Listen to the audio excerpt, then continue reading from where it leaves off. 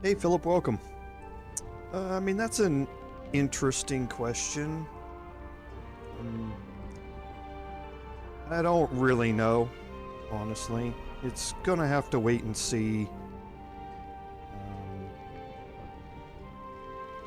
how it goes, what it's like, and what it entails. I mean, Shattered Space was announced before they even released the game. So, I don't know. I'm gonna wait and see what it is. If I feel that it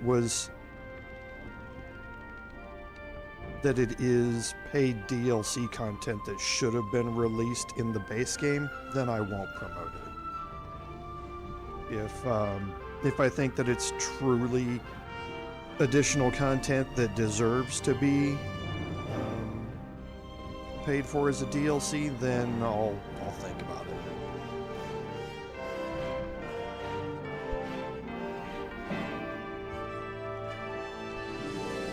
I mean, I think they're releasing a patch today that has additional content in it.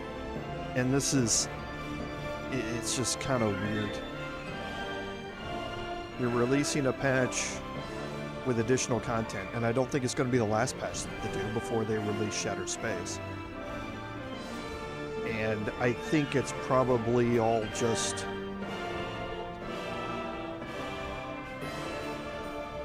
I think it's probably, in my opinion, I should say, it's all a lead up of Bethesda trying to release quote-unquote free content to get people ready to pay for Shattered Space, when in all actuality they probably had most of Shattered Space done before launch. And if that's the case, I'm just simply not going to promote it. But I could be entirely wrong about that. I mean, it's purely my opinion.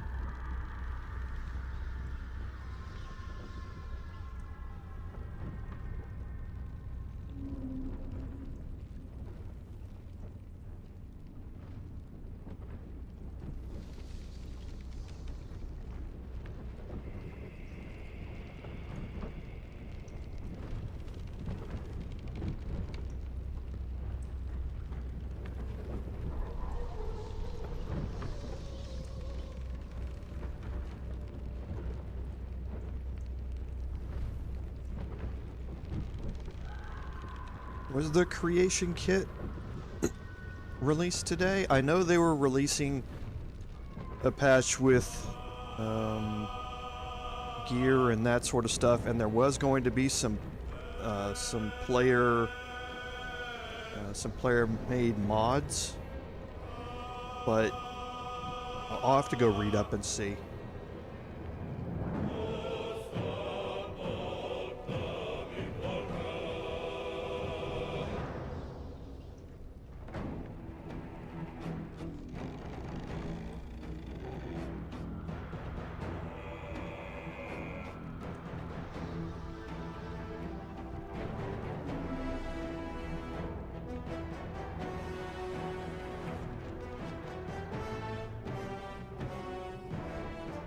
My thought was that today they were going to be taking some of the most popular fan-based or fan-created mods for both quality of life as well as patch stuff and add that into the game officially, but I didn't know if the creation kit itself was launching today.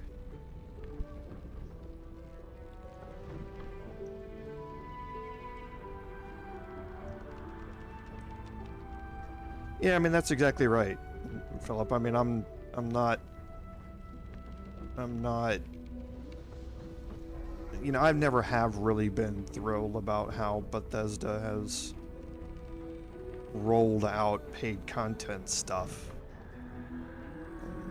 But at the end of the day, if the Creation Club or Creation Kit stuff improves the game by allowing players to fix things in the game and put their own content in the game, then I'm all for that. As far as the DLC goes, like I say, I'm just gonna, my full opinion on it, my full endorsement of it or lack thereof is just gonna have to wait until it comes out. Like I say, it was extraordinarily suspicious when they announced Shattered Space before they'd even released, before launch day. I mean, that just, I'm not entirely sure what the intent there was. So, I'll just have to wait and see.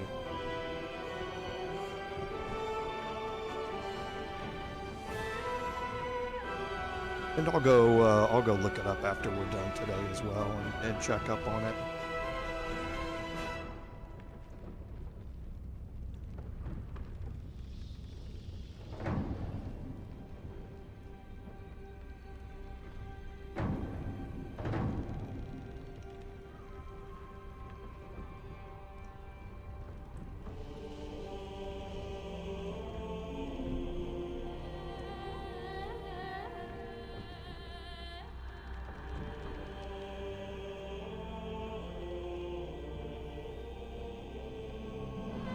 Hey David, welcome.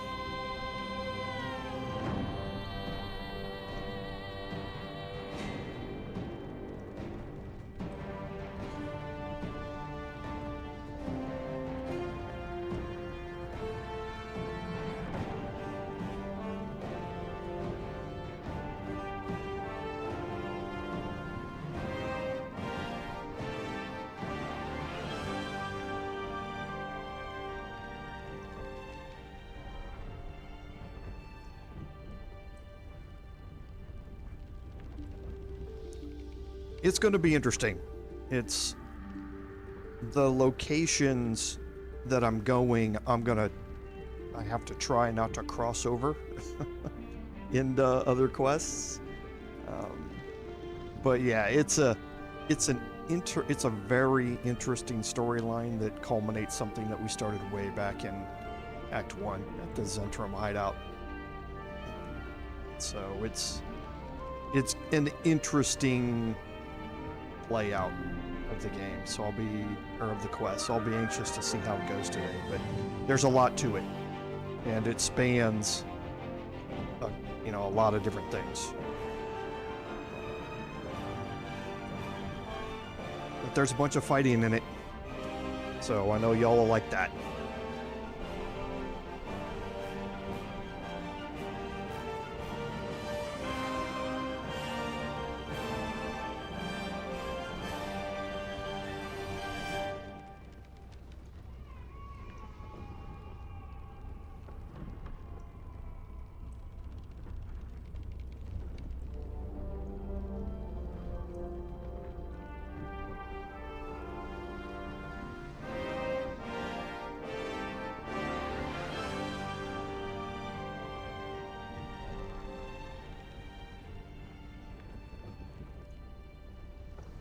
It's always good right up until it's not. So, I don't expect anything to go horribly wrong today. I think we're well prepared for the fights that are upcoming today. But there are a couple of them that are going to be interesting.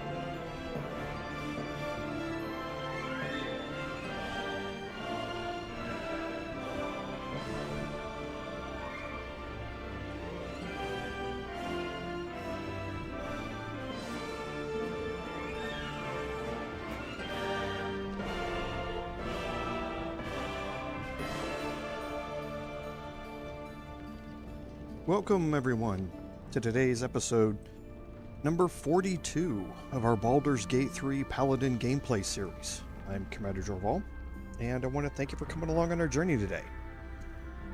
So nothing on admin notes, so on our recap. Last week we had finished up with the Hag questline inside of Act 3. We had rescued Laura's child. We had Vanya, I believe is her name. We had convinced Marina to finally let Connor go, and things had worked out in the best of all possible ways. Off stream, I did go and sell some items and things like that, and I made one change that I do want to talk about, and we'll just go ahead and jump in here.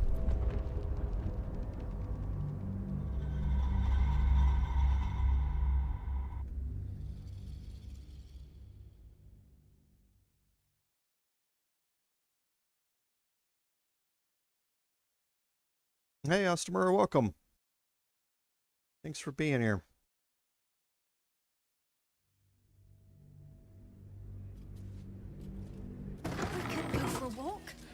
Okay, so here we are back inside Laura's house where we left off. You can see that Astarion no longer has his buffs here.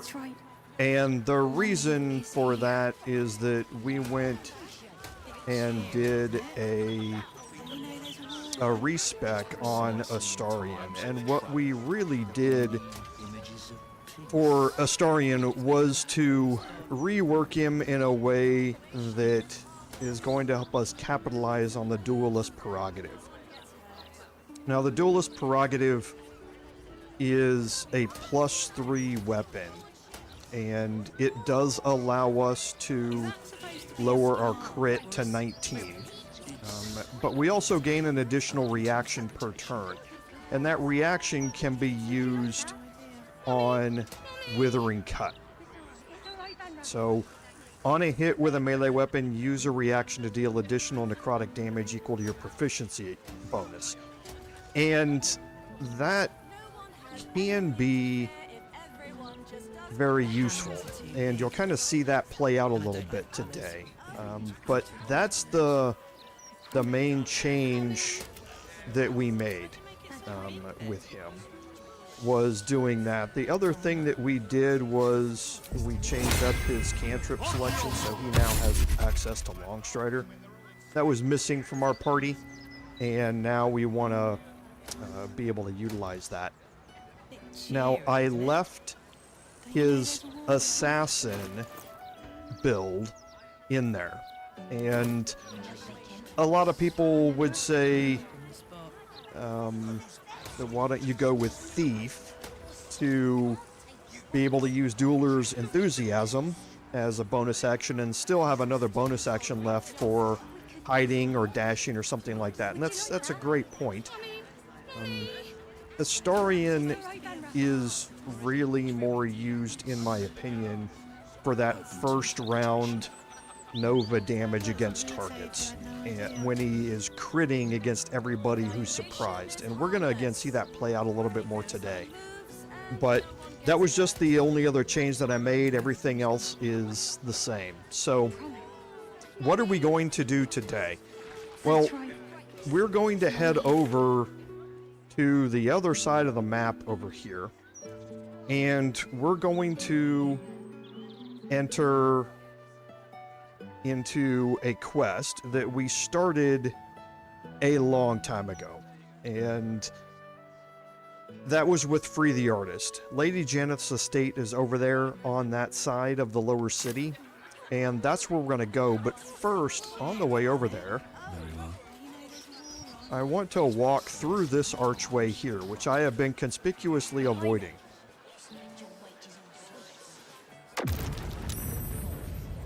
We could go for a walk. Would you like that? Hot, hot, hot. Mommy! You see that? It's all right, Barbara. We'll stay here.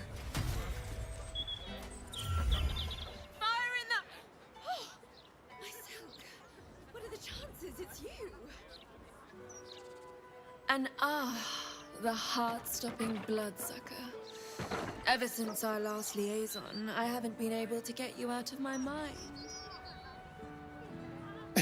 Nor have I, no matter how hard I try. Forgive the mess. Your blood is far more volatile than I'd anticipated. It's a breakthrough in the sanguine arts, the likes of which the world has never seen. The Grand Matriarch will have no choice but to restore House Ablodra after I present her with my research. But listen to me, rabbiting on about myself when I have you, the prize bleeder, on my very doorstep. If you'd come inside, we could discuss something far more exciting than drow politics. If you pick lead the way, you're going to get disfavor with Astarion.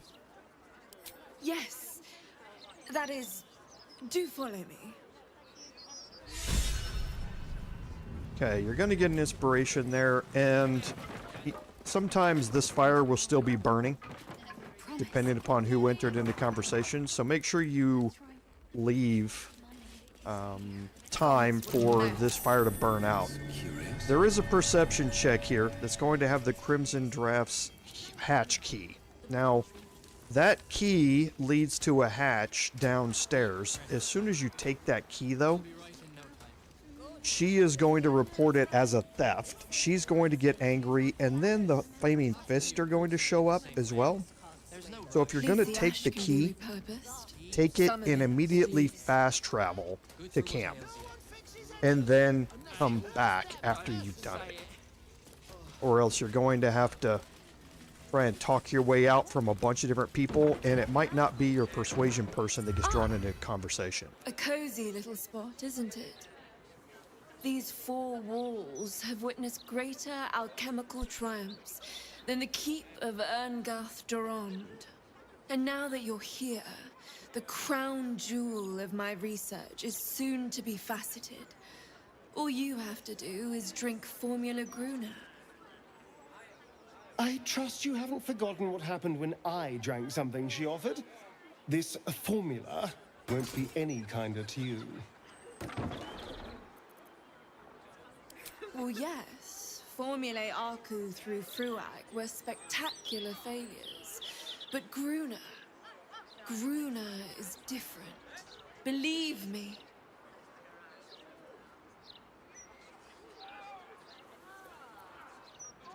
When you first entered this home, you saw the incredible latent power within your blood exposed in all its nuances.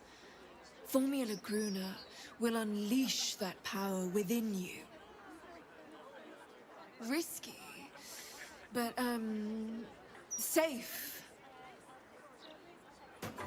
One source of lethal explosive power in our party is quite enough. It seems ill-advised to add another. Okay, so there are a couple of different ways to play this out. Aludra has an item in particular that I want to buy mass quantities of. Well, not mass. I want to buy probably 8 to 10 of it. The only way to get that is to drink this elixir that she's going to give us. Now, that elixir comes with a permanent, quote, buff, unquote, which isn't all that hard to manage. However, it can lead to some seriously unexpected consequences. And that is, it's going to, whenever you get hit, you spill blood on the floor. That same thing is still going to happen. It's just now your blood is explosive. Just like fire wine and oil and all of those sort of things on the ground. If you get hit or it gets hit with a fire source, it's going to explode. So that can do damage to enemies, but it can also do damage to you and your party members as well. So it has its upsides and downsides. However, that is the only way to keep Eledra from becoming hostile and allowing you to trade with her. So we're going to go ahead and take it. Oh, marvelous. I've never been so excited for anything in all my days. Just stand over there, far over there, and drink up. Okay. If you refuse to drink it now that you've got it, or you try and leave her house with it, she will interrupt you and say, you need to drink it here. And that's perfectly fine. You can drink it here, but if you choose to keep it and then try and leave or tell her no, you don't want to drink it, she will become hostile towards you. My friend. Formula Gruner stays in the house, please. Go on, down the hatch. And here, if you choose not to do it, she's going to become hostile. If you choose this, Tick-tock, my friend. Tick-tock. then you're going to have to drink it. Explosive. Now, she might be upset here. You were seen vandalizing someone else's property. Perhaps you should smooth things over. You managed to calm the situation down, though next time it may not be so simple. And that's because there's just additional pieces around here of furniture and stuff that got destroyed by that explosion. Okay. So now she's walking around here. She's going to come back to us and we'll be able to talk to her again. I'm going to let the fire go out. At least the ash can be repurposed. Some of it, at least. Let's go. There it goes.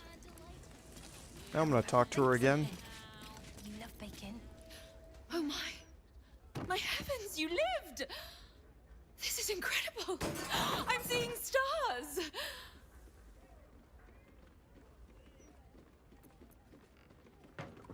I'd hypothesized you wouldn't, my friend. And you've proven me absolutely correct. You are the world's first detonative exsanguinator. To put it simply, from this day on, your blood goes boom. Big boom. It's incredible. All it needs is a spark.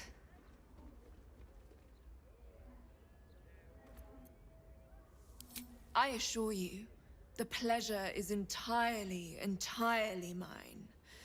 This research will skyrocket House of Blodra back to the forefront of Drow scientific thought. Indeed, it could protect my line for generations. Now, let me offer you a little treat. In exchange for the teensiest vial of your marvelous blood, I'll give you something that'll really throw your enemies for a loop.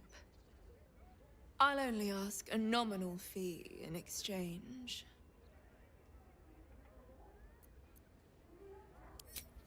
You really are a fine collaborator. Okay, now every day, after every long rest, you can come back here and donate blood to her again. And that is going to renew one particular object in her trade inventory. Now, Araj has always had a good selection of potions and that sort of stuff. We remember that even from the previous encounters that we've had with her. Some of the more rare crafting ingredients and that sort of stuff. She also sells smoke powder bombs, which are nice. However, it's these two items here which I want. The sanguine explosives deal 48 force damage and 48 fire damage. And these are incredibly powerful against, especially against enemies who are not resistant to either fire or force damage. And when you think about it, there are a lot of enemies like that, especially vampires and undead. And sanguine explosives gives you a throwable item that can cause some serious damage against those two types of enemies. And you can come back here and buy them once per day. Now, they're incredibly cheap. At 40 gold for both of them, it's a no-brainer to pick them up. But the only way you get access to them is if you agree to take the unstable blood elixir and then you donate your blood to her. That's the only way those things will show up, because she uses your blood to craft them, is basically how it works. So it's a really nice item that I want to keep up. Now, there are a couple of other things in here that we didn't buy from her the first time that we met her in Moonrise Towers. The Hat of Storm Scion's power is actually pretty nice. I'm going to actually test this out here while I'm in this. When the wearer deals thunder damage, they gain Arcane Acuity. Arcane Acuity is a +1 to spell attack rolls and spell DC for each turn remaining. So that means that if you stack up thunder damage on an attack or something like that, you can gain a lot of stacks of Arcane Acuity. That +1 to spell DC means that you can land some of your harder to land spells against tougher enemies. So I want to actually move this to Shadowheart for now, and I'm going to kind of test this out as we go.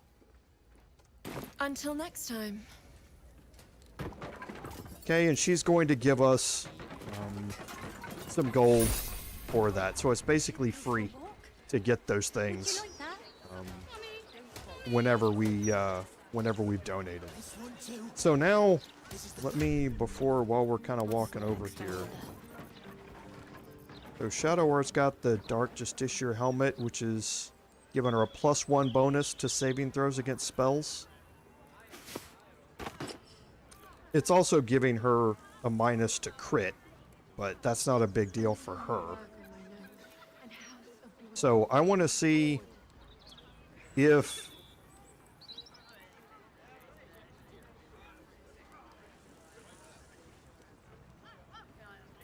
because what I want to do is try it with Destructive Wave. Destructive Wave causes thunder damage. It causes it in a huge AoE. And what I'm hoping is that if she does it, it procs Arcane Acuity stacks for every enemy that it hits. So I can cast Destructive Wave one time and get a ton of stacks of Arcane Acuity, and then I can land things like Hold Person upcasted to level 6 or something like that against 5 different enemies. You know, something like that. Or, you know, make other things that are harder to hit, like Banish and that sort of stuff. Make them 100% chance to hit. So I want to kind of test this out with her and kind of see how it goes. Okay, so now that we've finished that, we're going to head out over toward Lady Janneth's estate. And we've been this way before because we've finished up inside the Blushing Mermaid last time. We'll be opening up a new portion of the map here. And there is a dirt mound over here. I keep forgetting about it. There aren't that many dirt mounds here inside the city.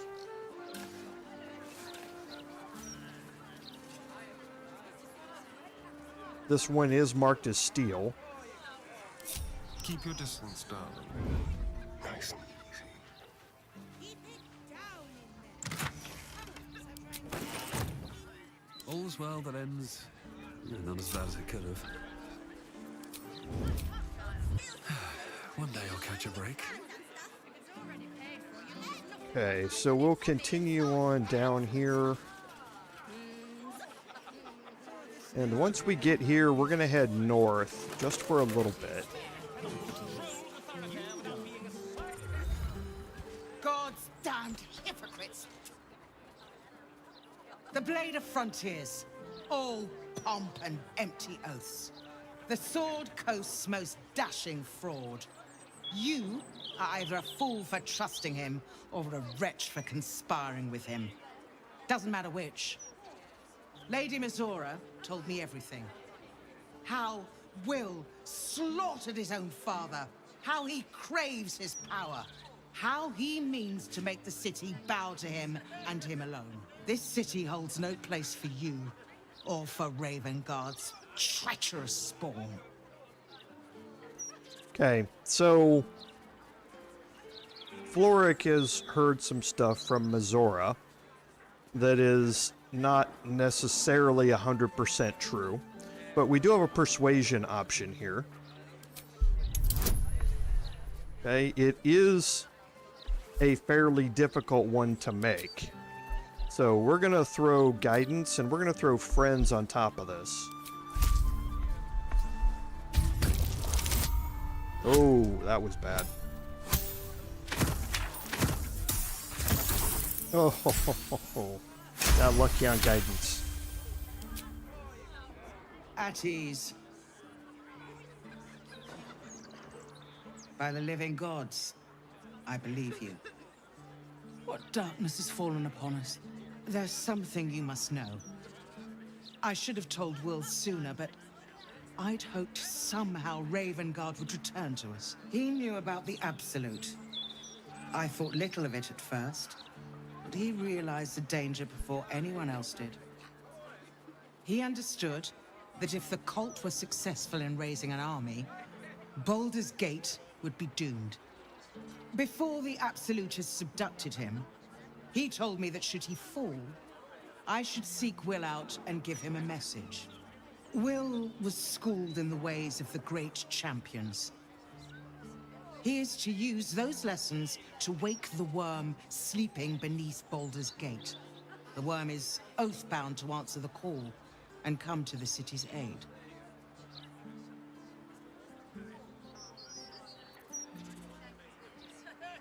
Dead.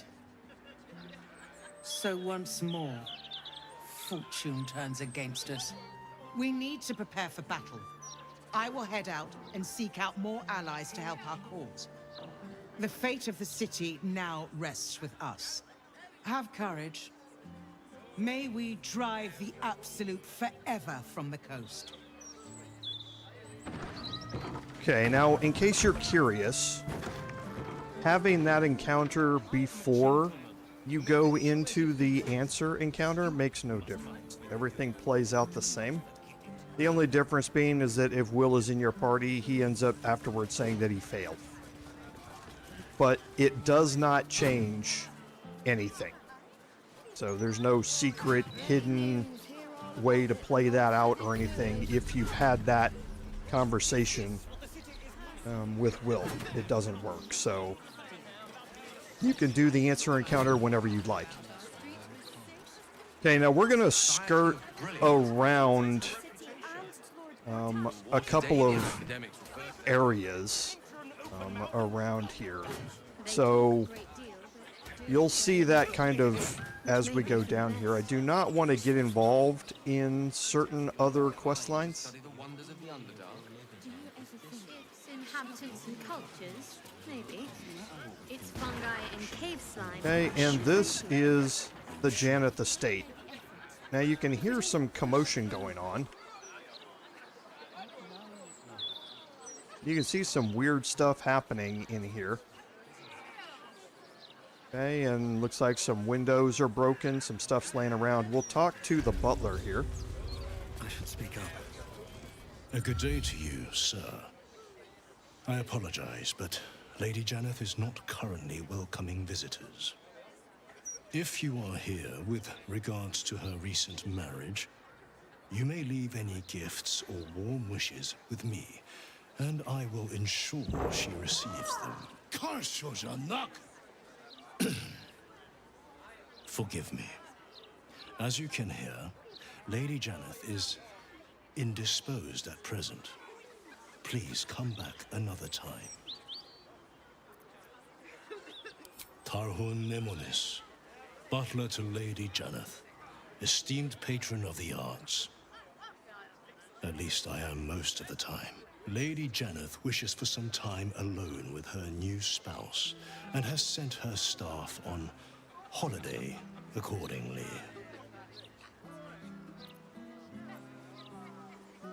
Ordinarily, no.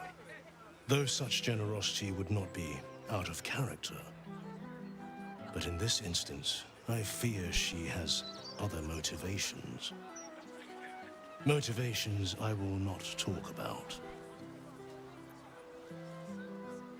In ordinary circumstances, I'd appreciate her generosity more fully, but, well, I prefer to be here for when she changes her mind. Were you to try and enter, there'd be nothing I could do to stop you.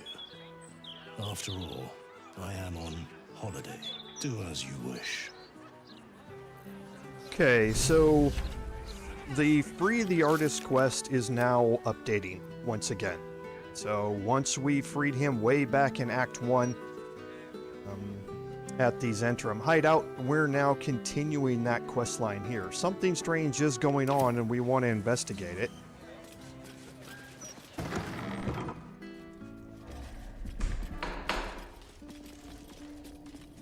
Okay, I'm going to put everybody into hiding here. Don't mind if I do.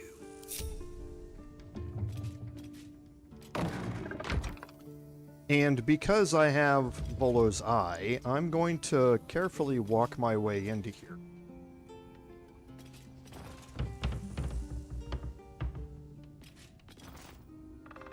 Okay, and you can see candelabra are starting to light themselves, and now we've revealed a poltergeist.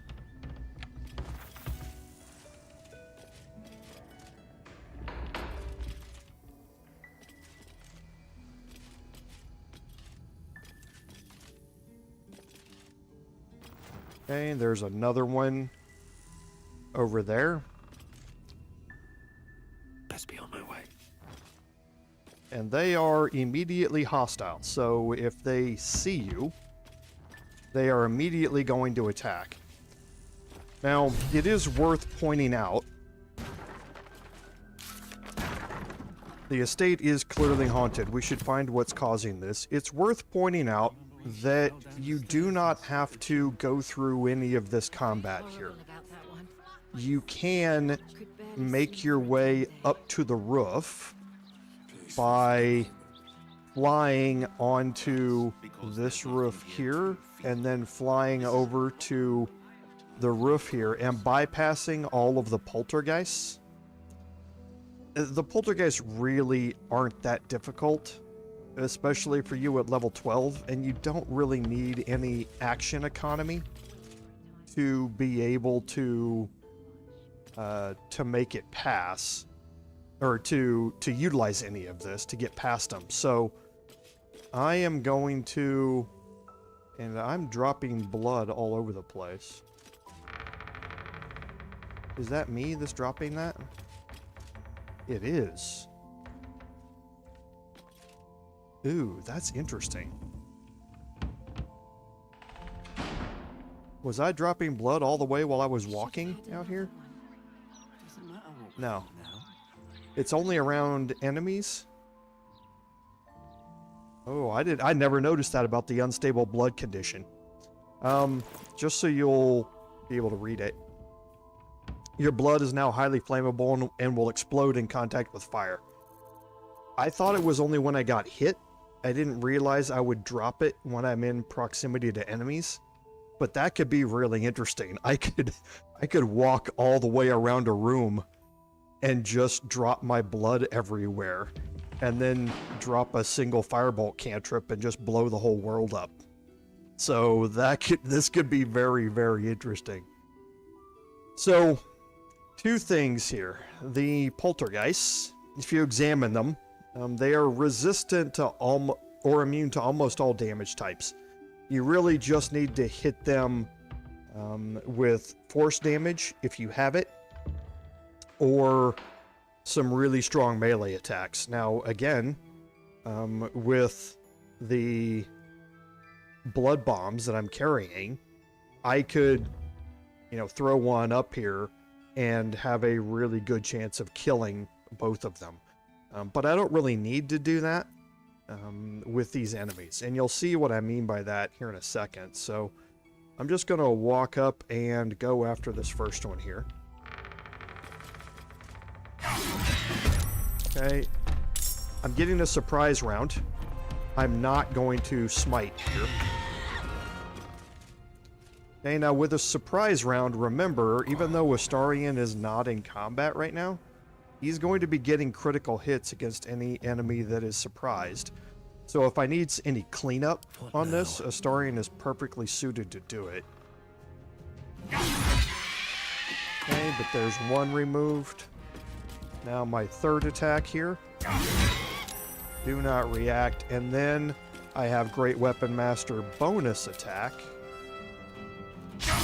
And I missed.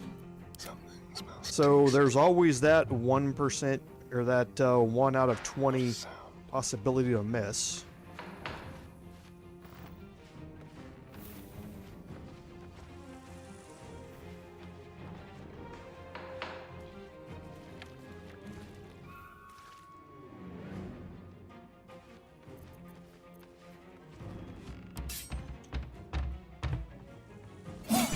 And there's the crit.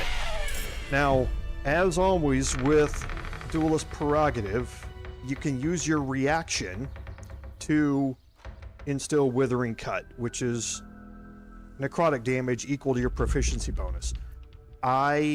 These enemies are immune to necrotic damage, as most undead are. So you won't be seeing me use the Withering Cut reaction very often. But you will see it pop up from time to time here. Into the shadows. So now what I'm going to do is look into this back room here. Keep your blade close.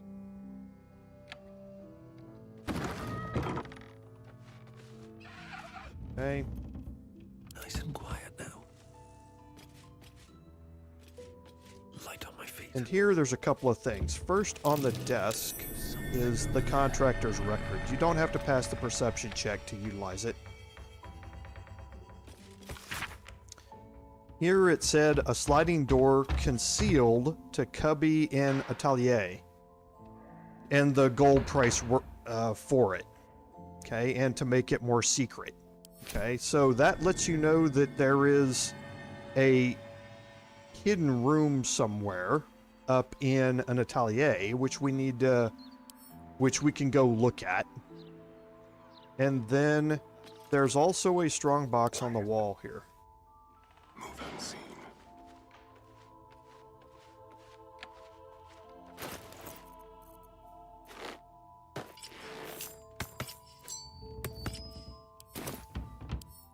Quietly.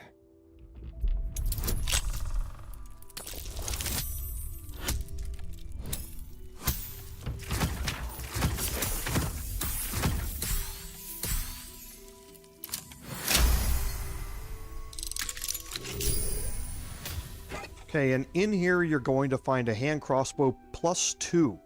This is one of the only places where you can get one of these. So if you are dual wielding hand crossbows, this is a great location to get a +2. You're also going to find both Fiend Slain and Aberration Slain arrows in here. This is scripted, so it doesn't change. And both of these are incredibly useful, and you find a lot of them. So make sure you come in here and pick this up. Let's not get caught off guard. Should mind my step. So now we can go over to the other side. And we have a couple of doors here to look at. And you can see that we're getting some revealed notifications.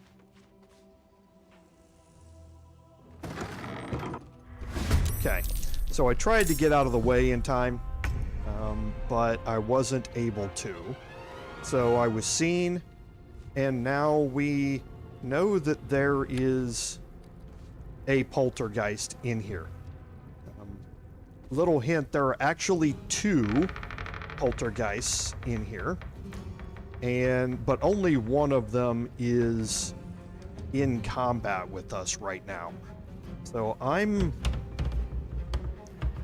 thinking about whether I want to play this. Yeah, I might as well. I'll let you see how it works. So I'm going to go in here with Duelist Prerogative and make a melee attack here. No escape. Okay, I don't need Executioner. I will add Sneak Attack on this. I will use my second attack here.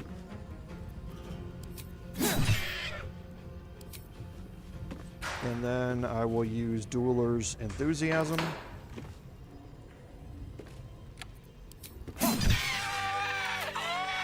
Okay, and I still would have Dread Ambusher left. And you see somebody threw a chair at me.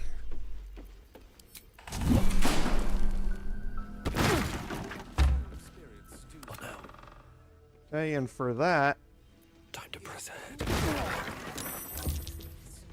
you can see that there's another poltergeist in here. The poltergeists are invisible, and while they are invisible, they do not enter into combat with you. But they will throw objects at you, never ending. So they will just walk around and pick stuff up and chuck it at you. So you need to have the ability to reveal enemies, whether that is through Volo's Eye that you picked up a long time ago, or through scrolls or spells of See Invisibility. You want to be able to reveal them. Now, during combat, if they survive the first round of combat, they will go invisible again and start throwing stuff at you. And you can't attack them because you can't see them. But there are ways around that, and we're going to see that play out here in a little bit when we get into a bigger group of them, because I want to illustrate something for you when I get to that point.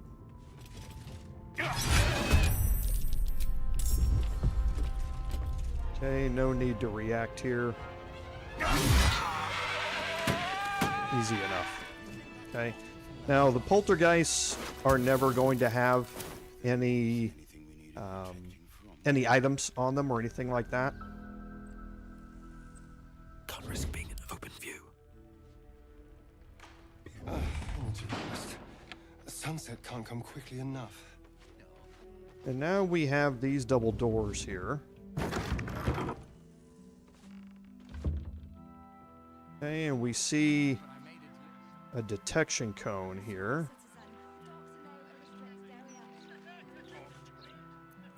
Out of sight, out of mind. I just want a little look. Okay, so I want to be leading with my Paladin for most of this. Okay, and here through the window you can see Lady Janneth, and you can also see Oskar. He is possessed right now, and we're going to get more into that here in a second.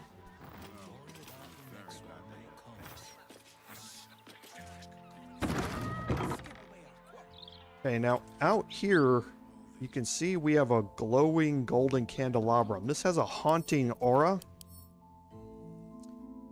It is immune to a bunch of different types of damage, resistant to piercing, and it has a haunting aura. Nearby creatures will be afflicted with phantasmal force. If you hover over that, it says that you're going to take 1d6 psychic damage for each turn. Each time they take damage from another source, the damage type of phantasmal force changes to that damage type. So it starts out taking 1d6 damage. However, if I take fire damage, that's going to change to 1d6 fire damage. Or if I take acid damage, it's 1d6 acid damage. So it's going to change depending upon the attacks I get hit with. Now, one thing I want to do here is you don't want to get too close because the aura will inflict that on you. One thing they are not immune to is force damage.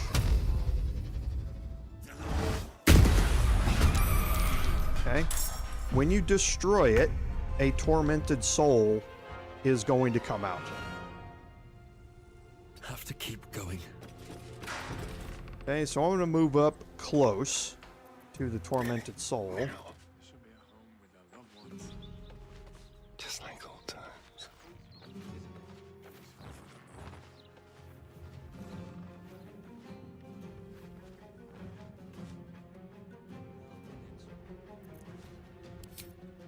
And move Astarion into position here.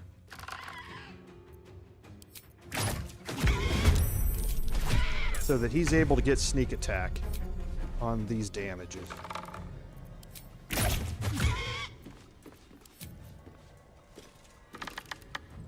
Crit. Perfect.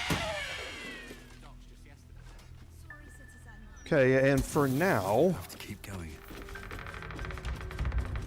things are clear.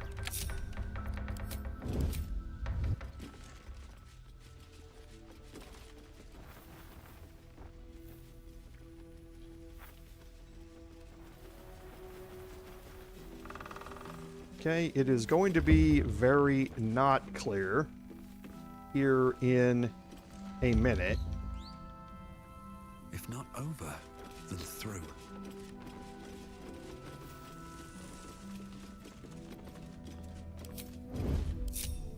Don't waste a step. Moving in. I'll give it a shot.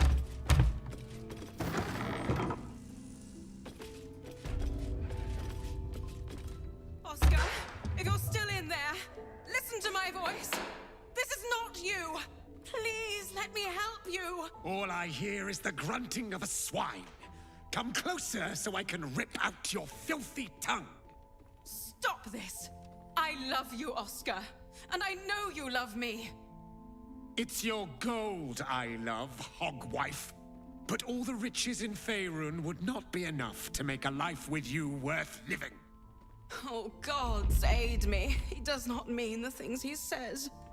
You! Help subdue him, but be gentle. He's not to blame. Okay, and now you can see what they do. They go invisible. Okay, now these two are revealed, but you can see that there are three. So these two here are revealed. This one, however, is not. So there is a way around that, though. You go into options and you go into keybinds. There's an interaction called ping, and it's normally set to alt right mouse button. But if you hold down alt and you click the right mouse button on a portrait up there at the top, it brings up the examine window. It doesn't actually ping. You have to set ping to an alternate keybind, which I did. P, I believe, used to be inspirations or something like that. Yeah, I used to bring up my inspirations. I can access the, I don't hardly ever use those. So I just rebound it to be ping here. And now if you hover over the invisible one and you hit the P key, it lets you know where it is. Now this is very similar to what we showed with Auntie Ethel with the movement line. You can see where they are because I'm not able to move to that particular spot. It always wants to move around it. But that's just confirmed by pinging their location. And what that means is that I can move up next to this target. I can ping it just to know where it is, and I can use an AoE attack on that spot. For instance, cleave. Let's see if I can get both of them, actually. Actually, I don't think I can. It's probably too far down there. Yeah, it's probably too far down there. And I don't want to mess this up. Okay, that might work. Oh, so it's way down here. Almost at the intersection of these tiles. Yeah, that's too far. So, I'm going to move down here and I'm going to use an AoE attack, Cleave, on that general vicinity. And if you hit, it's going to reveal it. Okay, so that's a way to help get you through this. If you're not able to attack them and kill them all in one turn and they go invisible, start pinging their location and use AoE attacks or items like throwing water or alchemist fire or something like that on those locations.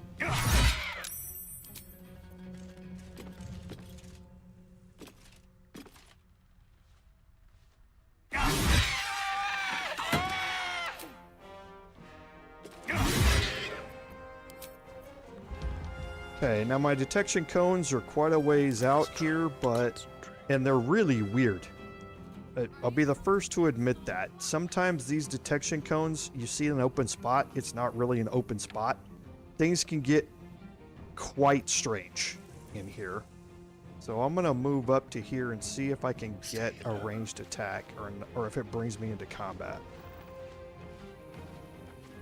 Yeah, see, they're really weird. I don't know what it is with these. Doesn't really matter though. I'm still able to get in here and do melee-based attacks if I'd like.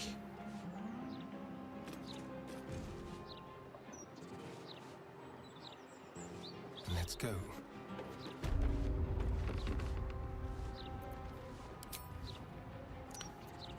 Now let's use Ruler's Enthusiasm as my bonus action first.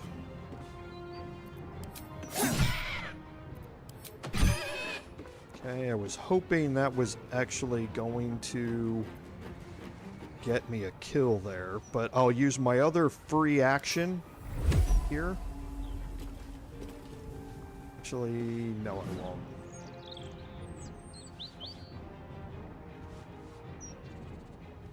Because I'm pretty sure I can kill this poltergeist with my ranged attacks.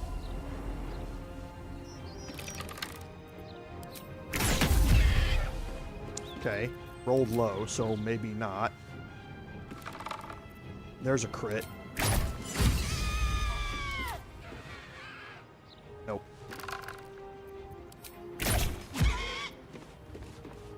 Okay. It's no fun at all. Step by step. Okay, so there I managed to stay out of them. You kind of have to give them a wide berth. And I don't know if I'll be able to hit here or not.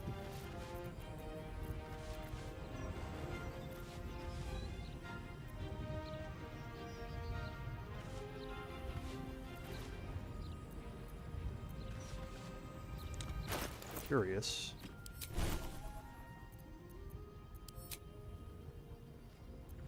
Oh, okay. That's why.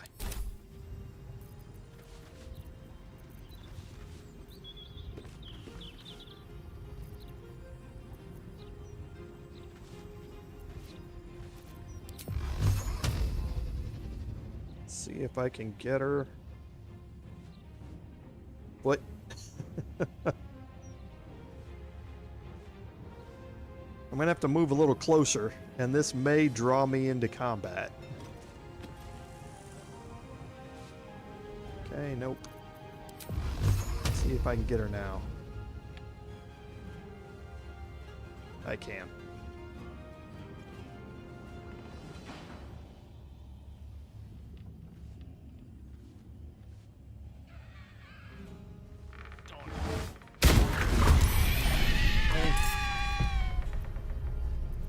Whatever comes, I'm ready. Off I go.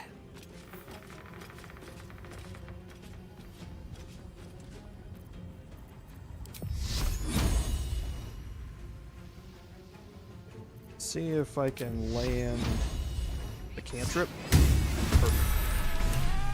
Still breathing. Thank you. Now, not that I'm ungrateful for your help, but... Wait. Your face is familiar to me. Yes, I've seen it before in Oskar's sketches. You're the one who saved him from the Zentarim.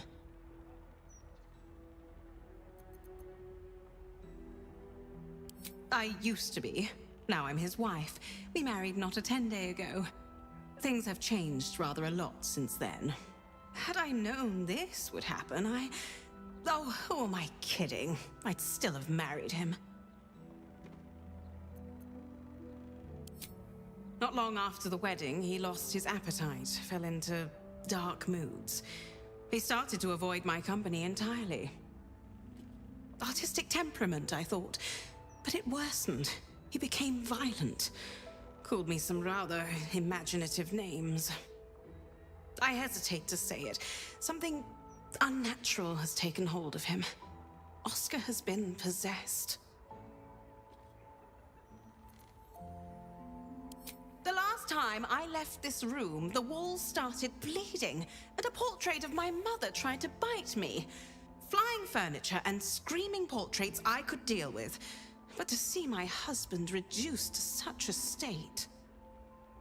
I can't come within arm's reach without him trying to strangle me. And he calls me such vile things. It hates everyone, but it loathes me. It's not him. I know he would never hurt me. And I promised I would let no harm come to him. As you can see, I've already failed. It's obvious he needs more help than I can give. Please, you saved him once. You must find a way to cure him.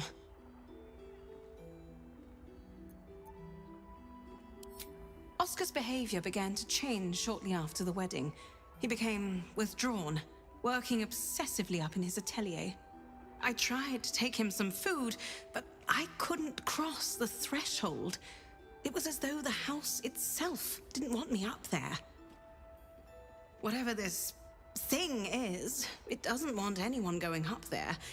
I swear it's in the walls, watching.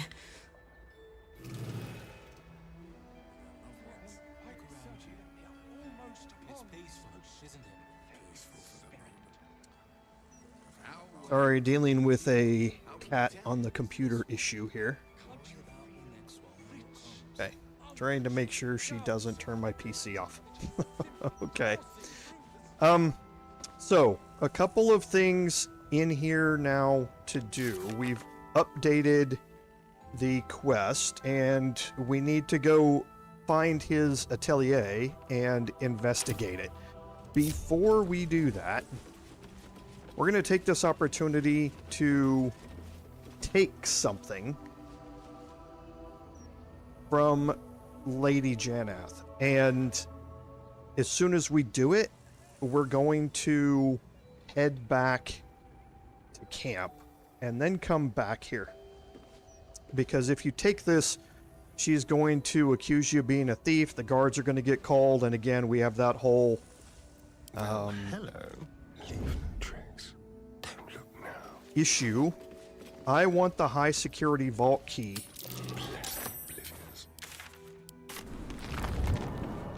Out of her inventory. The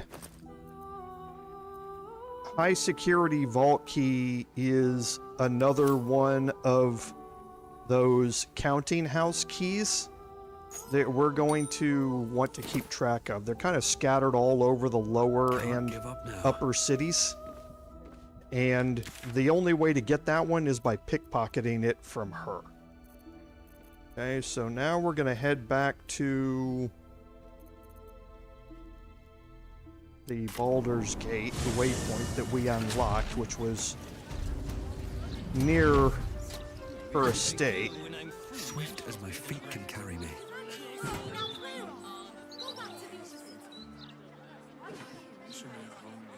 And we'll head back over there.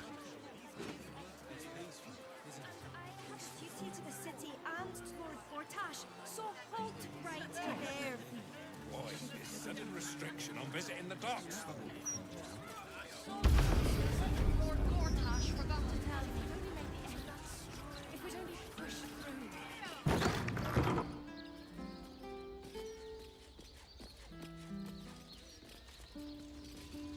Okay, so one more thing that I'm going to do here, and again, you don't have to do this either, is underneath here, you have 2 more rooms, one on each side here.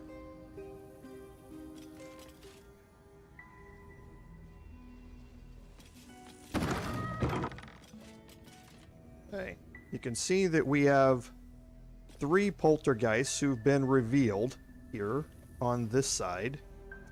And we've got 3 that have been revealed on this side. Okay, now this door, when I open it, I believe I'm going to enter into combat.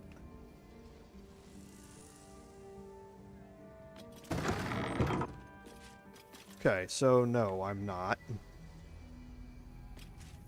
So let's see, because these detection cones again are weird. Let's see if I can get Astarion around here or not to be able to make an attack on this poltergeist.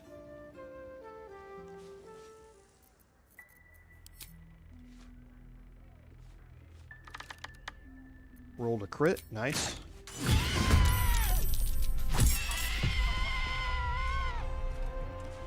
Okay, so I did get a surprise round.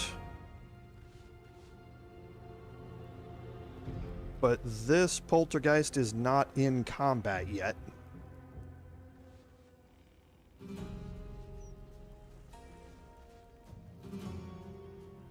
So I'm thinking how I want to play this.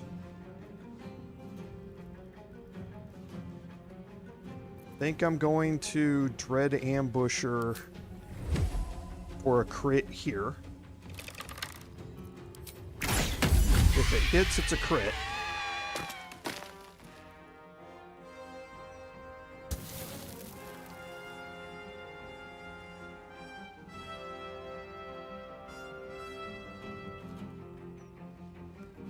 Okay, so who's causing... No, either one of them, the detection cones are going to be the same. Yes, here. Okay, there it brought that one into combat.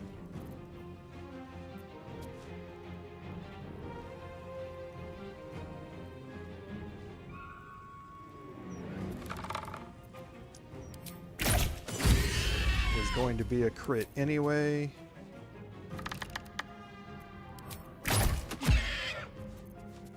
Okay, and then one more. Hopefully we can get the kill here. Perfect. Okay, so now let's bring the Paladin into combat and hope that I roll well enough on initiative to be in front of him. I did. May the gods take you first.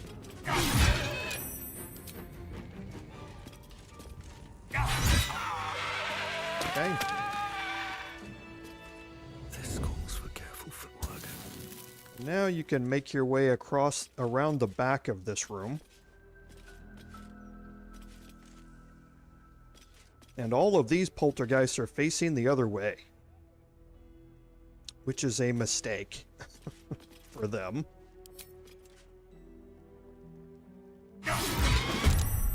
Okay, so I got a surprise round.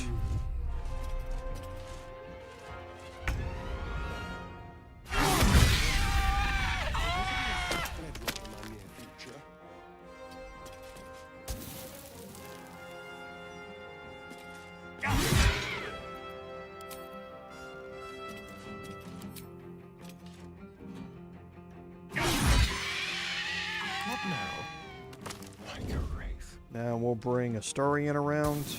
Quietly. Since they're surprised, we're guaranteed crits.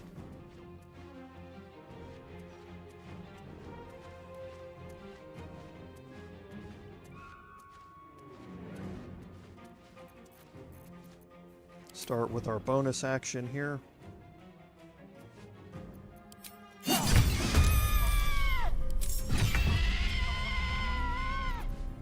And now all of my actions have reset, including that bonus action that I used on Dueler's Enthusiasm.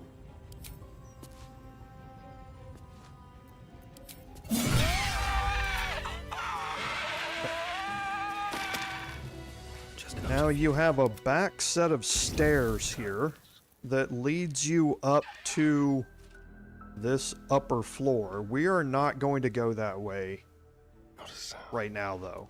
We're going to approach that from a different direction.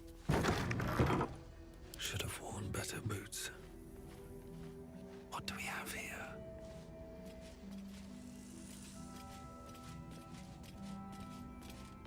And again, you don't have to do any of this combat.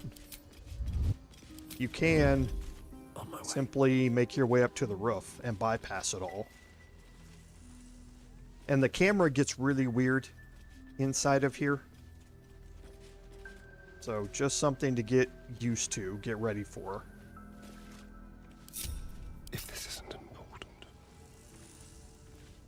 Bit of caution ever hurt. Right, let's take my Paladin up here, and we're going to go up these set of stairs. Here. Breathe deep and move.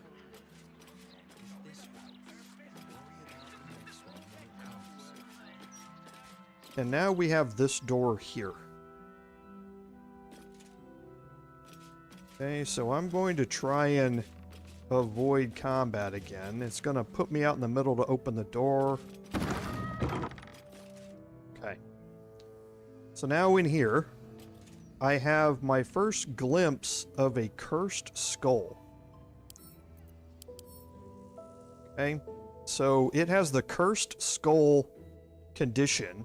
This skull inflicts haunted approach on all living creatures within 3 meters and will knock them back with grave repulsion on its turn, and it's cursed. So haunted approach means that my movement speed is cut in half when I'm within 3 meters of the skull. It also is going to use repulsion on me, which is basically Thunder Wave, just using necrotic damage instead of thunder damage.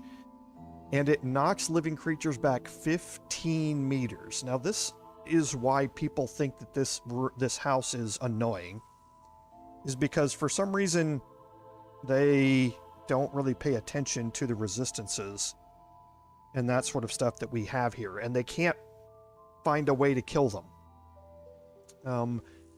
There are a few ways to kill them. The first is that they're cursed, right?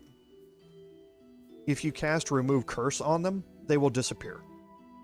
Now that will use a lot of action economy to do it, because there are a lot of cursed skulls here. So, but that is one way to do it. The next is that you can use a high damage spell. They have medium toughness, so only a hint that deals at least 22 damage can damage it. So if you use something like Fireball or something like that, you can roll high enough to be able to damage it. You can use other things that cause high damage, not damage over time, but high individual damage, like an upcasted Guiding Bolt, things like that, to also get past this and damage it. The fact of the matter is you just don't have to. They are resistant to to piercing damage, so arrows are not good. And they're resistant to necrotic damage. They're immune to psychic and poison, but they are vulnerable to bludgeoning damage, radiant damage, and force damage. Bludgeoning damage, all you have to do is throw an item at it. It doesn't even matter really what it is. If you pick up a chair or a cup and throw it with a high strength character, you're going to do more than 11 points of damage. And because they're vulnerable, it doubles it. That's going to do 22 points of damage, and it will kill the skull, since it only has 12 hit points. Radiant damage also works, so you can cast your Sacred Flame cantrip and get it to... And if they don't make the saving throw and it hits, then it will kill it. Or just cast Eldritch Blast. I mean, there are a bunch of different ways to take these things out. You just have to know what the resistances are to be able to do it. And if you can capitalize on that, then they're incredibly easy to deal with. Okay? Just don't get near them, and you don't have to worry about them. People were complaining about getting thrown down these stairs all the time, and I get it. That's what they do. That's why they're placed where they are, is to throw you back down the stairs. But you can just kill them incredibly easily and not have to worry about it. So the other thing that's here is around behind here's a golden candelabrum. You do not want to let that thing get a hold of you. So we're going to start combat here. And I'm going to do it by killing the door. That way I can open up access to hit the golden candelabrum, which was behind the door. Hey, that's going to bring out a vengeful soul here. The vengeful soul is the same as we saw last time. It's a ghost. They are resistant to a lot of different damage types, but they are not resistant to force damage.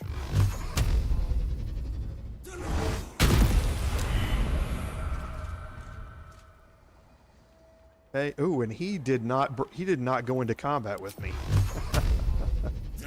Oh, that's his problem.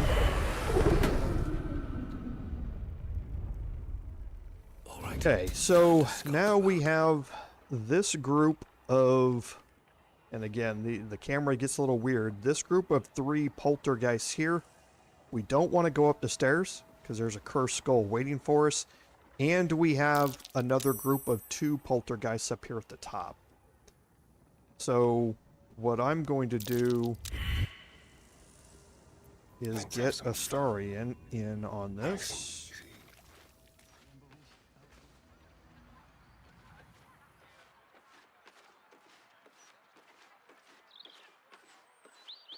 See if we can get a surprise round here. I don't think we're going to be able to. But we'll see if we can hit one. Oh, we can hit one. I'm going to have to move forward to do it, and it might bring me into combat. I'm going to wait for Lady Janneth to turn around because that's her big detection cone out there in the hallway.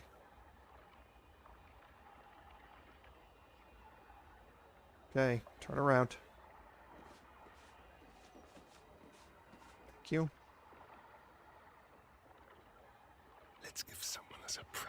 See if I get this off. Oh, that's perfect.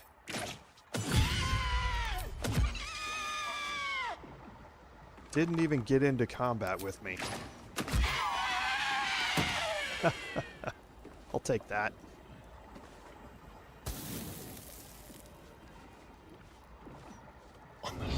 Let's see if I can get this one off. I doubt I can. That's solidly inside the detection cone here. Surprise.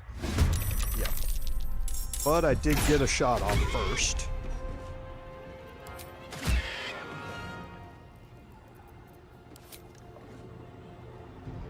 Yes.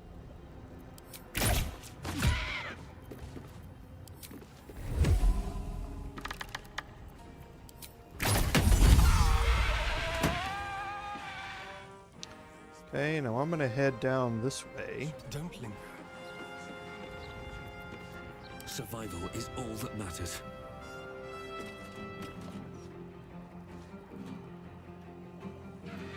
Am I within melee range? No, not there. So I'm gonna have to move in and then jump.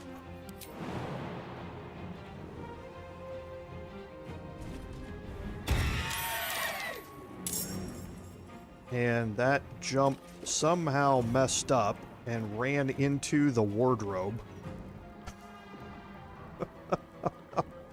Okay, fine.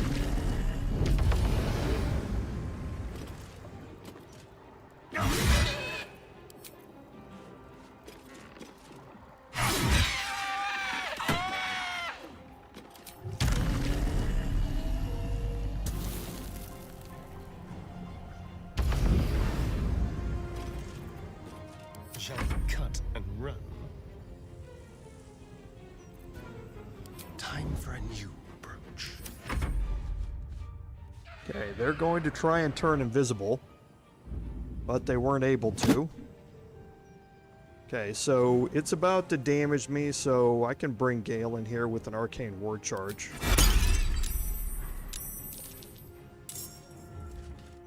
Tried to go invisible, but it was seen again. It's going to try and throw something at me.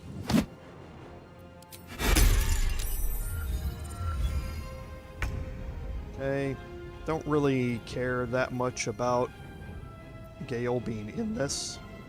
I love that he could cast Arcane Ward from all the way down there. It's just awesome.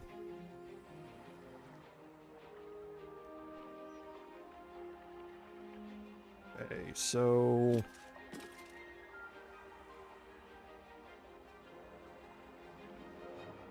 On the way.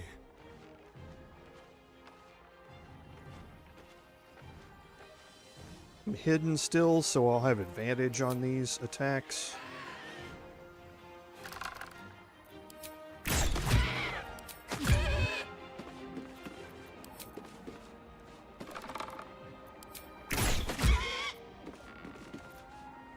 Never a dull moment.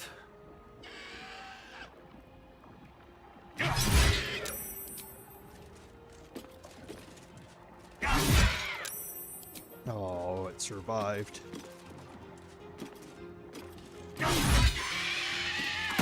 Needed to get the kill to be able to proc my bonus action. And that ends that.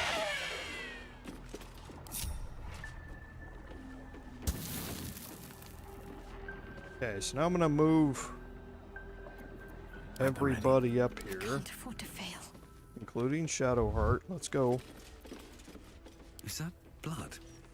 No, never mind.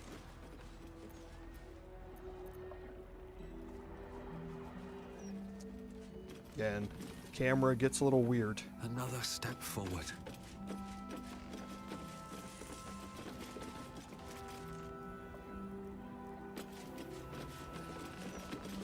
I'm gonna break my group here and carefully make my way up until I'm within range of an Eldritch Blast. Easy enough. And now, because the camera gets so weird, you kind of have to start advancing a little slower, because you can't really see the second floor up here.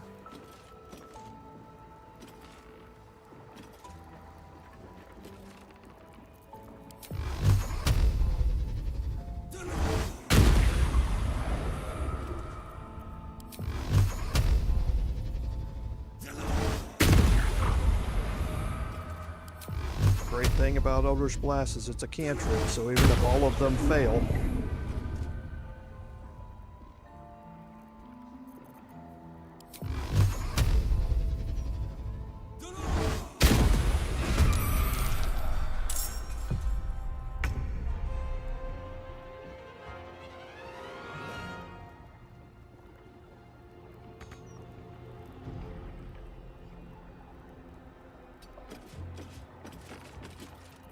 Watch your back.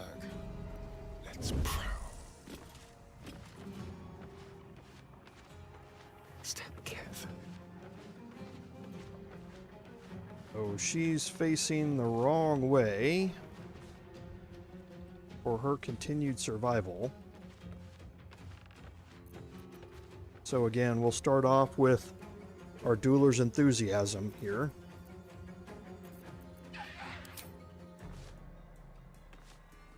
Crit, nice. Get all my actions back.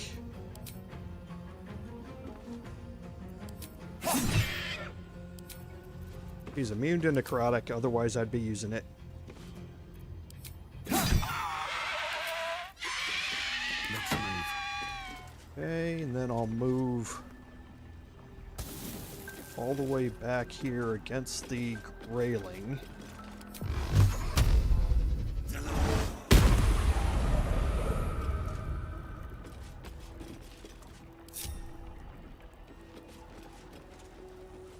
Bring everybody else up here.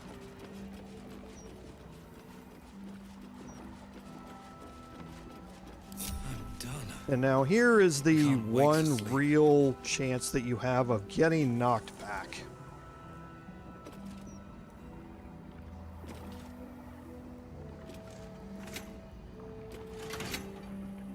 And that's just because you can't see this floor. There it is.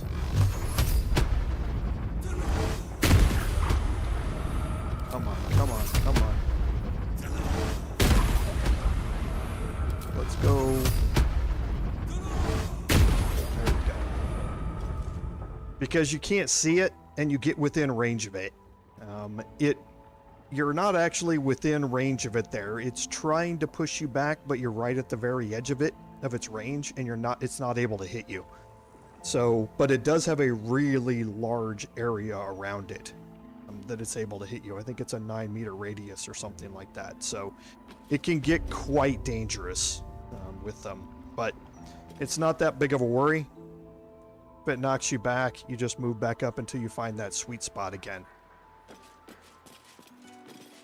So here's the roof that I was telling you about. Oh. So. Thank you. That was my fault. I forgot about that. Touch. Let's be quick.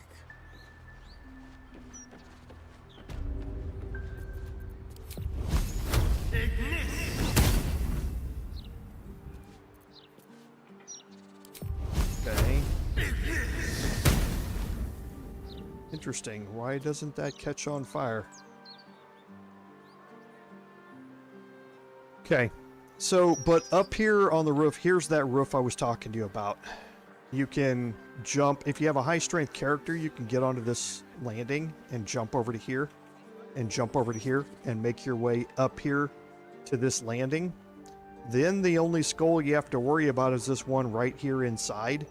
And you can actually kill the door and stand back here, just outside the spike growth, and you get a line that shoots through and is able to hit it. Everything else, all the other skulls are down here and around the bottom, and you can sneak your way in up here. But you still do have to deal with that one skull there.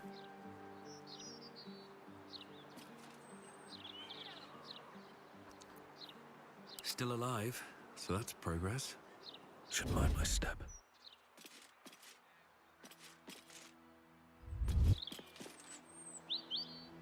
With haste.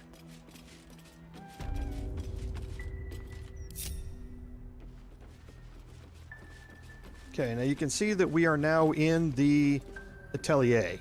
So remember from the contractor's note, we need to start looking for a secret door, and that secret door is right here. You can lockpick this. However, there is another way to do this. Hey, Lord Henry, welcome. Oh, and Mark, sorry. Thanks for being here. Sorry, I was a little involved in all that combat. But both of you, welcome.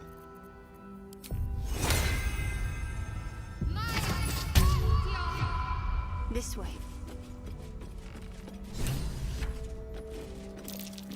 That easel's crying out for something to be placed on it.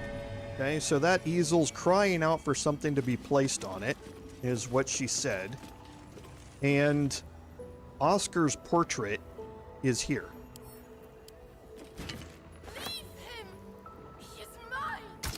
So now if you click on the easel, you can put Oskar's portrait in it. Looks like the secret's unraveled. And that unlocks this secret door. You don't have to lockpick it.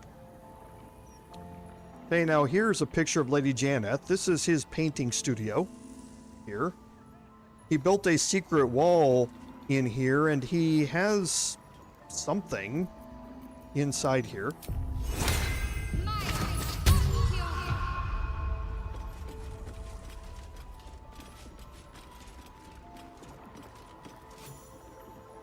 Okay, if you interact with the portrait. The portrait is ice cold to the touch, filling you with a sense of overwhelming dread. So why is the woman smiling? Okay, and you can see that it's obviously got a possessed portrait trait. Okay, and yeah, it doesn't look like we're able to examine it. But there's something not right about this, and we need to learn a little bit more about what that is. Keep a blade close. So we're gonna bring Astarion in here, and we have Let's go. a rustic chest back here. Should be easy. It's got a high DC. Oh boy, we rolled a nat 20.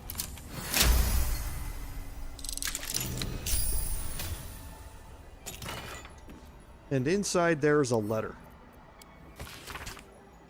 And you learn that a little bit about what's happened here. Somebody named Mystic Carrion has been corresponding with Oskar about heartbreak. Okay. And finding out a way to relieve that heartbreak. And he basically says, come visit me and come see me in a way that you have to get through a secret door. And there's a preferred passcode, Secretum Mortorum, which we need to be able to remember when we get over there to that. And that's going to update the quest, Free the Artist. And now it says, I should bring the letter to Carrion's mansion and provide the password. We should pay him a visit and ask him about Oskar. Still breathing, despite everything. Okay, now there are a bunch of things that you can loot around here. We go. And I guess I will go read some of these letters here. This is to somebody named Carrie from Oskar. So, where you've gone to, no pigeon could deliver it. Still, if there's some part of me watching over my shoulder as I sit here, I beg you, leave me be. So there's some interaction between him and somebody named Carrie. And then here is a note, basically saying that this is when Oskar was first getting Lady Janneth to sit for the portrait, and he was falling for her. These boots have seen everything. Which we learned a little bit about in Act 1. So again, there's, like I said, there's a bunch of stuff you can steal down here, a bunch of +1 weapons and that sort of stuff. I tend not to steal anything from her house because, again, we get into the whole guards showing up type thing. I think you can steal everything up here on the top floor and not worry about it, but there's nothing up here I really need. So, here is... Your father and I were so delighted to hear of your betrothal, and to a painter, no less. I tried reaching out to that talented husband-to-be of yours, but he has yet to respond. I would perhaps behoove him to draft a reply soon. And this is where her mother, Lady Janneth's mother, was trying to set up the wedding. And, like I say, things have gone interestingly since then. So we'll make our way back down and we'll talk to Lady Janneth again.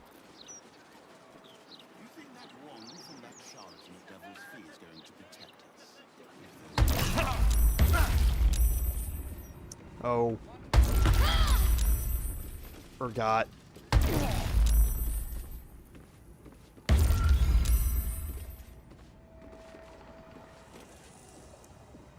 I forgot about this golden candelabrum down here.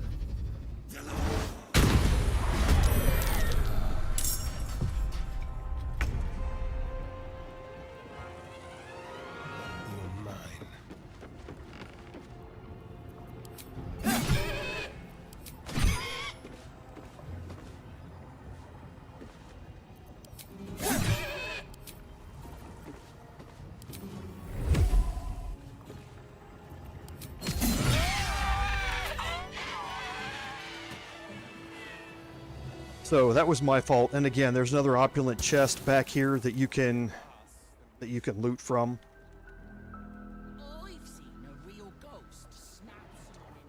So you can kind of see where we are here. When we came down the stairs, we came down into the lower level here. which is where we were earlier. We don't need to be all Right the on my way down feet. here. I just came down an extra set of stairs too far. We're gonna go in here and talk to Lady Janneth real quick. Very well. We wouldn't want to do that, would we? Did you find anything in Oscar's atelier? Okay, now there's a couple of different ways to play this out. At the end of the day, you can choose to believe that Oskar was a pawn in all of this and help him work things out with Lady Janneth, or you can be of the opinion that Oscar's a really bad guy and he went down a really bad road, but he went down that road of his own free will and it led to these consequences. And that's kind of where this starts to play out. If you want to work towards saving the marriage, then pick the selection here that there was a letter from someone named Mystic Carrion. However, if you want to kind of start heading down another road that also goes down the Mystic Carrion road, you can deal with this one here as well. Is that so? Perhaps I asked too much, making him let her go so quickly. His love sickness will pass with time. Did you find anything else? Oh, not him.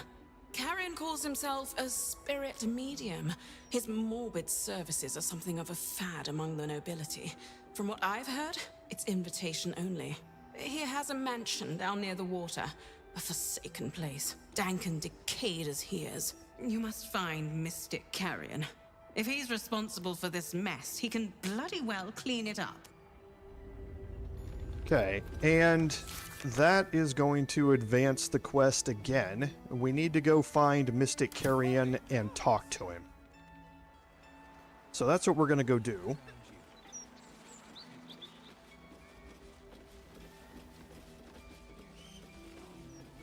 And actually, Mystic Carrion's house is here. So we're going to go to the Heapside Strand waypoint.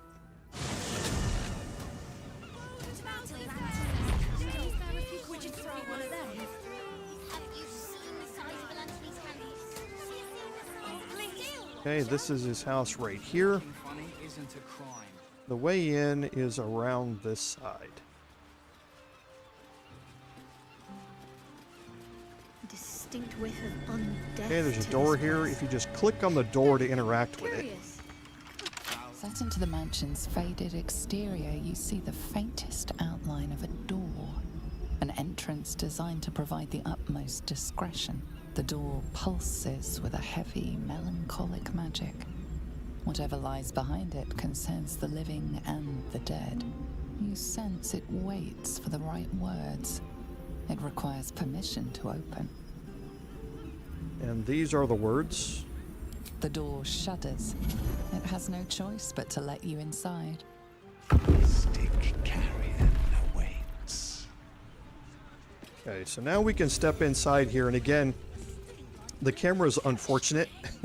The roof line tends to cover things up here. But we're gonna go in through the double doors here. And there's Mystic Carrion at the back.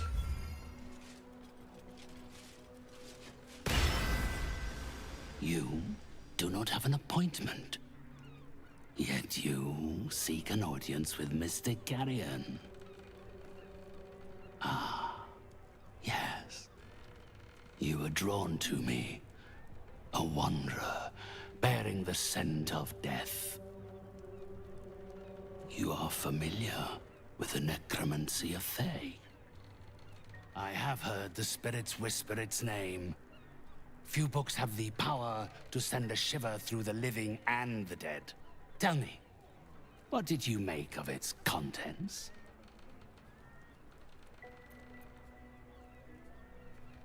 I love this line, actually. Such a book is for those who make only the shallowest ripples in death's dark pools.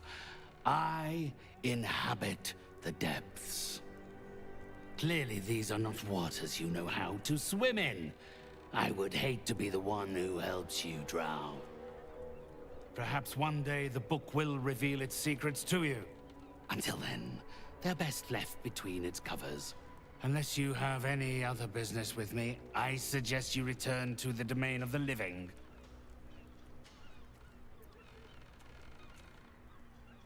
The painter. Yes, I remember.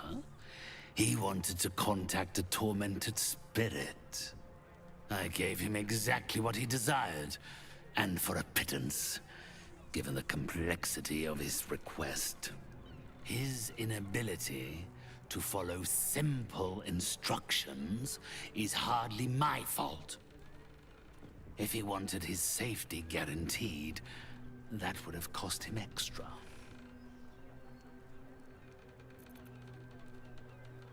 My clients are guaranteed absolute privacy in their consultations with myself and my spirits. I assume you came to me seeking an exorcism? I can provide you with the means to perform such a ceremony, but you understand, this is my livelihood. First, you must do something for me.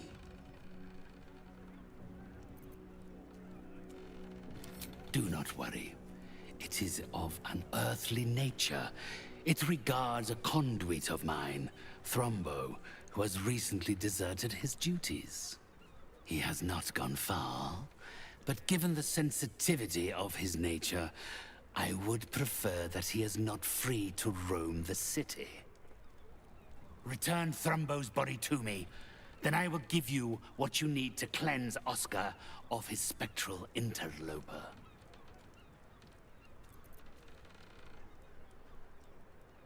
It's quite simple. He resented having to work for a living. The undead can be rather lazy in that regard. He was always a simple, contented creature, a beggar to the bone. Perhaps he has forgotten how ungenerous the world can be, or simply prefers to live in the gutter. If he does not value the gift I gave in reanimating that wretched flesh of his, then I will take it back. It is my property, not his.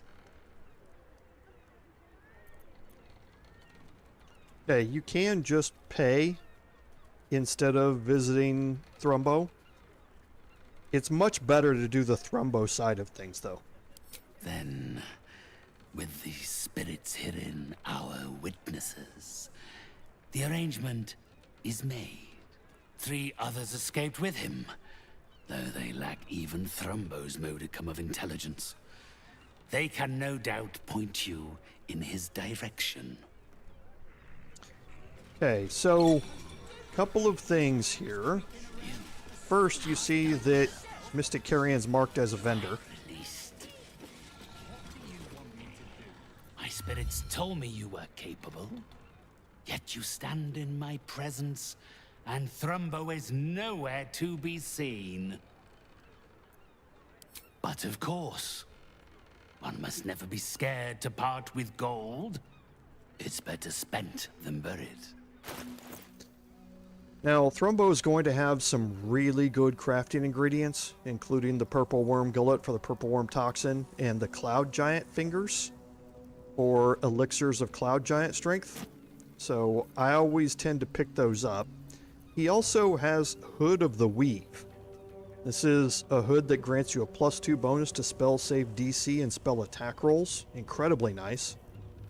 Armor of the Spore Keeper. This is one of 3 different druid armors for each of the different druid subclasses. This one is for Circle of the Spores druids. The wearer gains a +1 bonus to spell save DC when dealing necrotic damage.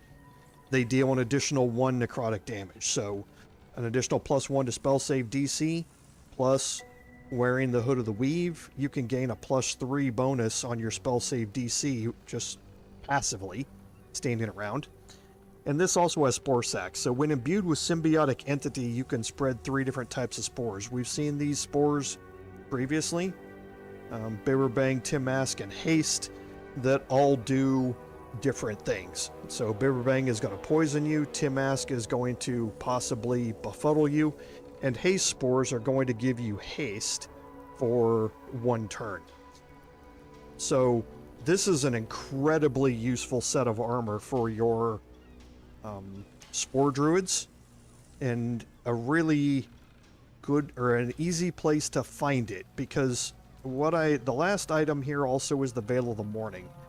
So undead have disadvantage on attack rolls against you, and you have advantage on saving throws against their actions and spells. It also gives you the turn undead class action. Now, the thing about these is that they're all expensive. Really expensive. Okay? So you can up his attitude and pay for these. However, I would not do that. If you are interested in doing that, then I would only pick up 1, and if any of them at all, and that's Veil of the Morning, just because we're going to be encountering a lot of undead here coming up, and a piece of clothing that would give them disadvantage on attack rolls against you could be very nice for your spellcaster types. I just wouldn't spend any gold on any of these, and I'll explain a little bit later. He also has some really good spells. Scroll of Circle of Death, Scroll of Cloud Kill, Scroll of Eye Bite. These are all really, really nice to be able to use. Circle of Death and Cloud Kill are big AoE necrotic and poison damage spells. And like I say, there's a lot of good uses out of this. So if you want to go to camp, do a respec, come here at level 1, purchase crafting ingredients or scrolls, level up, do it again, do it again, do it again. Perfectly valid. And in that case, I would definitely raise his attitude before you do that. I'm not going to do that here in this playthrough. However, the Finger of Cloud Giant, I would do that in a heartbeat in my honor mode playthrough. To be able to craft those in quantity is huge, and this gives you an easy place of getting them. So for now, I'm just going to exit out of this, and we're going to look at the new quest here. Find Thrumbo. Okay, we've actually run into the 3 companions that Mystic Carrion talked about, and we're going to go find them, but first we're going to head upstairs.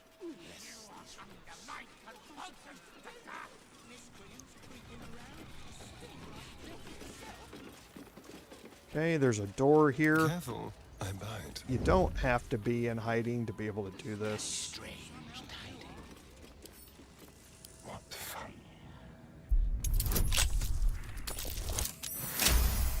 Okay, tried to fail that one. I've got a long road ahead. Can't slow down.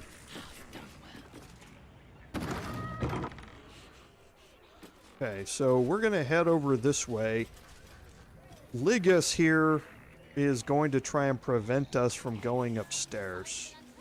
Walking funny isn't a crime. But we're going to go up here anyway, and we're going to get into a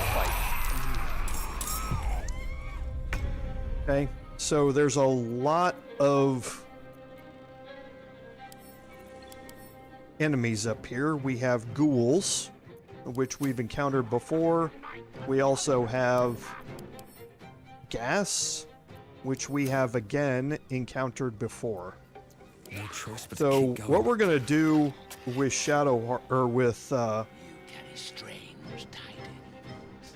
with our Paladin is kind of clear the way here. So let's try and get rid of Carpal, and we one-shot him, which is perfect. And now we're going to try and get rid of this one here. How much will I have on my...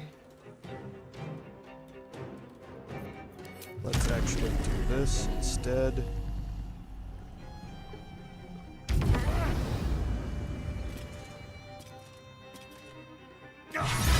Oh, and we one-shot him too. Now we've got 2 full attacks here.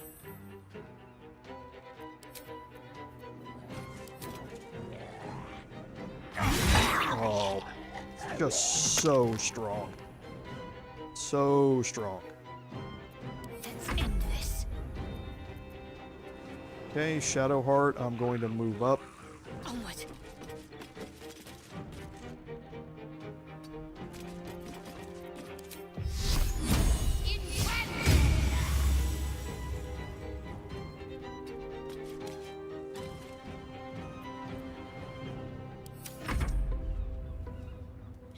I didn't want to do that. I forgot Astarion was not in combat yet.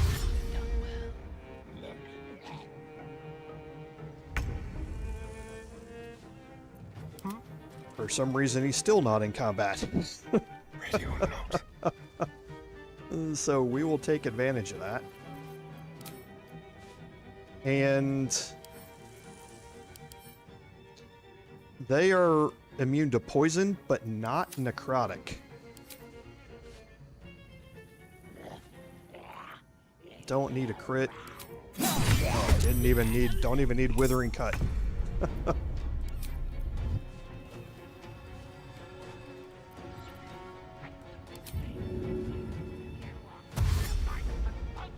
Let's move.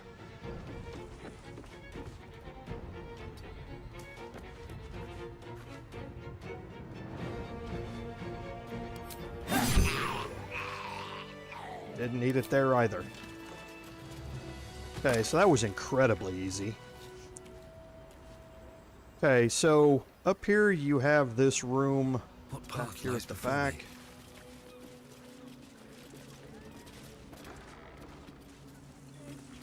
And there's a wooden chest here. What a day. This way. I can feel the energy coming from that portrait. We'll deal with the beggar's portrait here in a minute. And in here, you have a series of exorcisms outlined by Thrumbo. Addressed to his brother. There's a pearl in here. There's also a couple of really nice potions. All of that loot is scripted. And now here on the beggar's portrait, this is an Arcana check.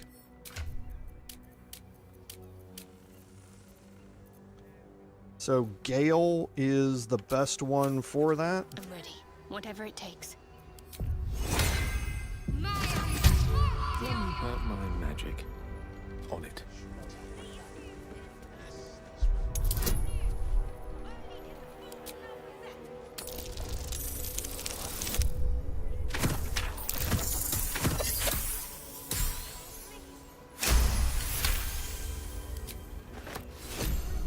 And that gets us Thrumbo's note.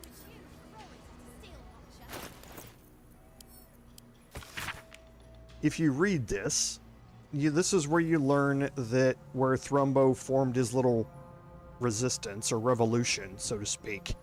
He said he was going to buy a small boat and we're going to row to freedom, spread out and hide until tomorrow night, then meet me at the usual spot on the beach. Okay? So that's going to update that quest and let you know that they are to meet at the beach. So let's go see if we can gather more information to narrow that down a little bit. We're going to go all the way back to the Basilisk Gate. Because we have seen all of Thrumbo's friends before. We just might not have recognized them for what they are. The first one is here. What's up for discussion? Come to have a go. Give it your best shots. An air of decay hangs over the stooped beggar's form, the same that tainted mystic Carrion's chambers. This is one of his runaway servants. Gold first. Then you can hit me.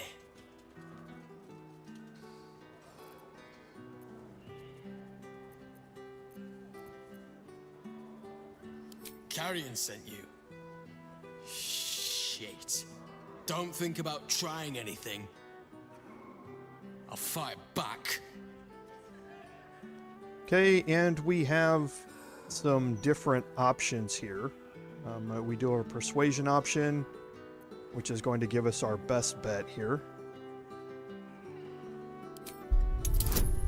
As these DCs are fairly high, you can put advantage on these without a problem. You don't care about their attitude towards you. Oh, wow. I can still pass it if I roll a 4. I suppose that's all right. Thrumbo's more of a talker than I am. Thrumbo was going to get us a boat, but I haven't heard from him since. He must be somewhere near the water. I just hope he didn't drown. Okay, so we learned he's somewhere near the water.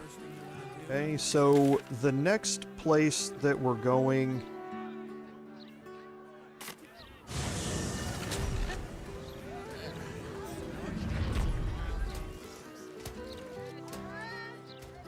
Loitering's what we do. Loitering with intent.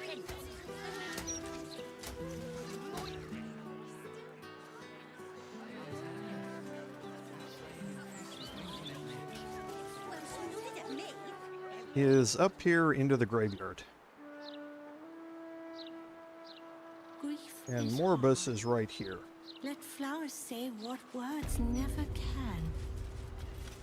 Come out, sister. I will find you. An air of decay hangs over the stooped beggar's form, the same that tainted mystic Carrion's chambers. This is one of his runaway servants. Sister always hides from me. She likes to play.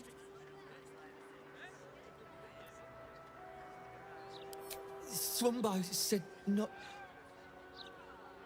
to tell anyone where we went.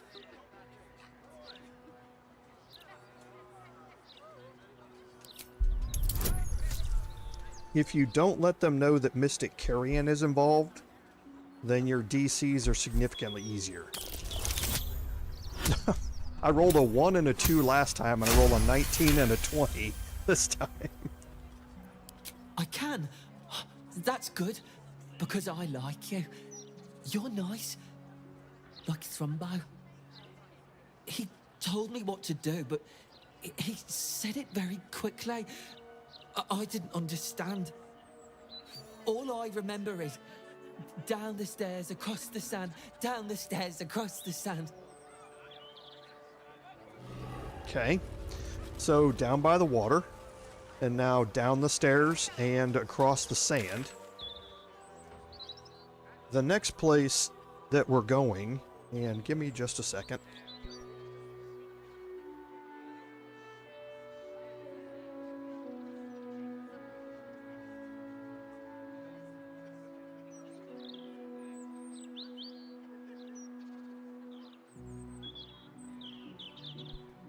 Sorry, I sort one cat at trying to turn my computer off, and then the second cat decides he wants to take my monitor cords and disconnect them. Oh, I love my cats, but sometimes. Next, we're going to head here to the lower city central wallway point again. And this time we're going to head down through the wall again. Didn't stop them.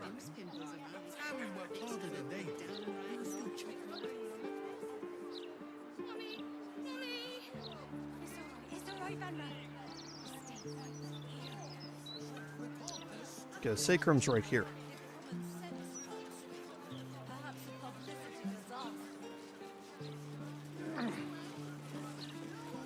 Just...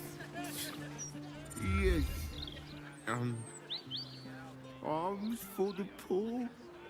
An air of decay hangs over the stooped beggar's form, the same that tainted mystic Carrion's chambers. This is one of his runaway servants. Anything you can spare for a humble beggar? Thrumbo? Is he in trouble?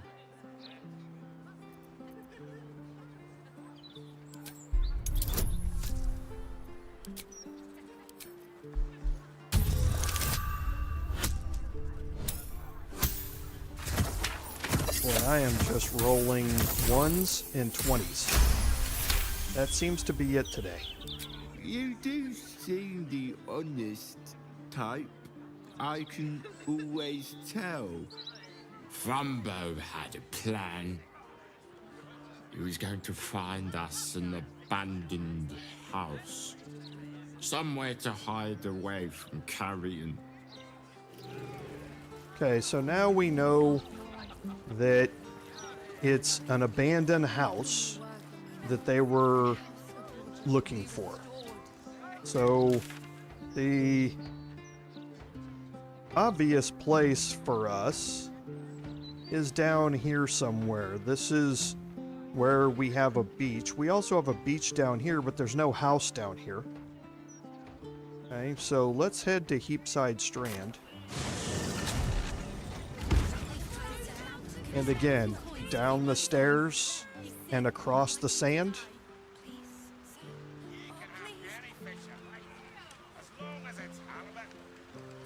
to a house.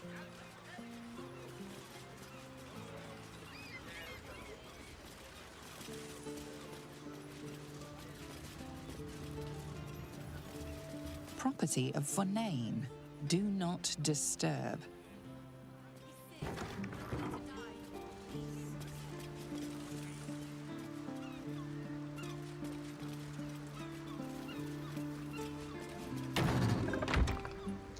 And in here we have a bed. There are some various other items around here, and we have a wardrobe.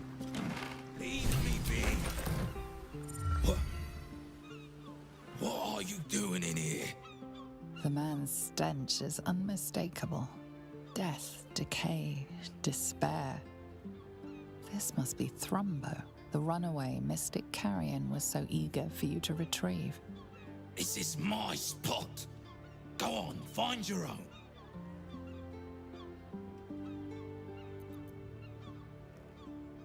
Mystic. Carrion. You're working for him? Oh no. No, no. I knew he wouldn't let us leave in peace. You don't have to help him. He's the one you should be after, not me. You've met him. How can you need more justification than that? He murdered me. Murdered my friends. Snatched us right up from the dockside and made us these things. Monsters. Fit for gutting and grinding and desecrating the dead. He constantly abuses us. Makes us do the worst things you can imagine.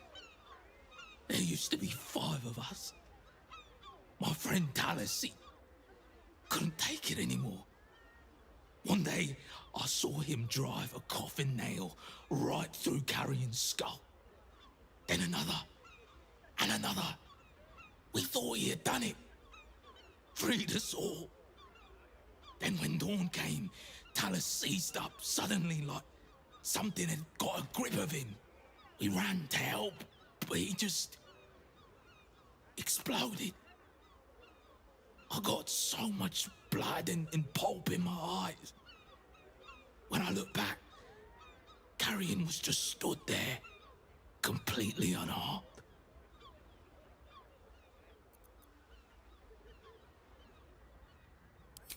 We'd have to stop him resurrecting somehow. But I don't know how.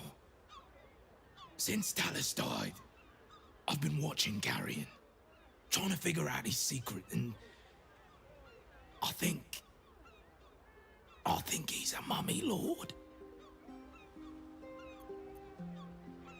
After Talus died, Carrion blindfolded me and took me into a strange place. A foul and ancient place.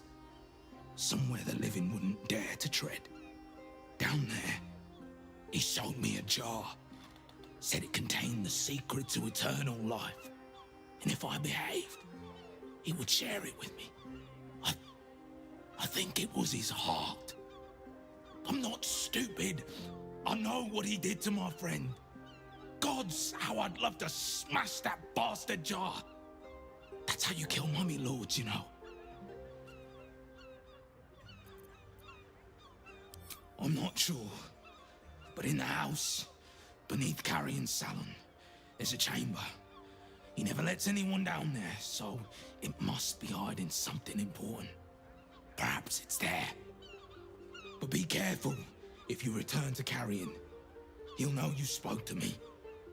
Make sure he doesn't see or smell you. He'll turn you into one of us, and he'll know I sent you.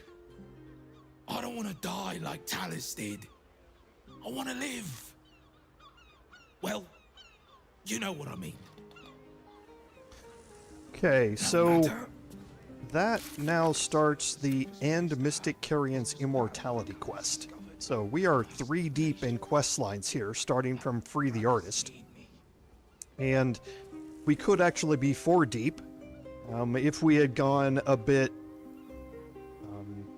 further and in the Necromancy of Thay questline. But for now, 3 deep in is more than enough for where we need to be. So let's head back out here. And remember, he mentioned that there was a secret place underneath Mystic Carrion's house.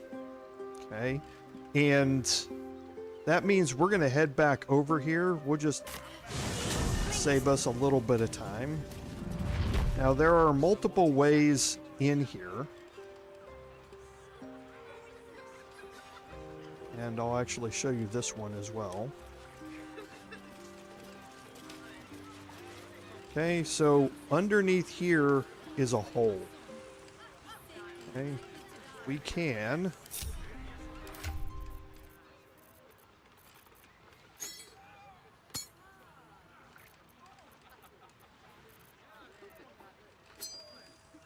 since I'm going to be shape-shifting anyway. What now? Please, kind sir, can you spare a few coins to feed Whoops. And we're going to pick a gnome. Mutatis mutatis. Shall we? We're going to go in here through the hole. That's curious. Okay, and now we are in the basement. That perception check was just finding this hole here. And this is the secret basement that we were told about. Okay, so I'm going to...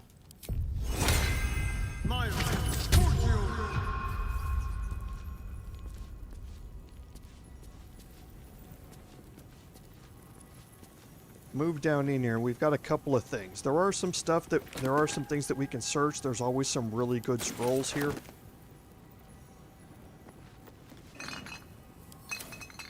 And there's a mummy's memories on the table.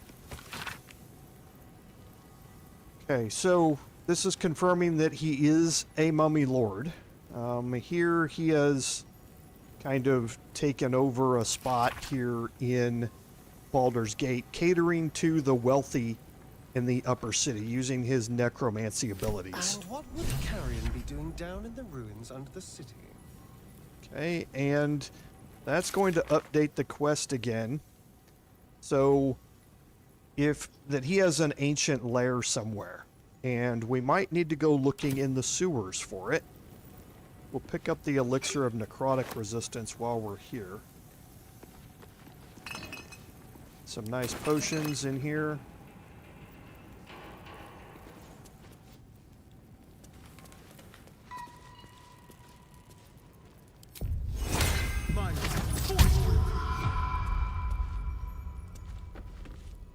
And there are crafting ingredients strewn around this place as well.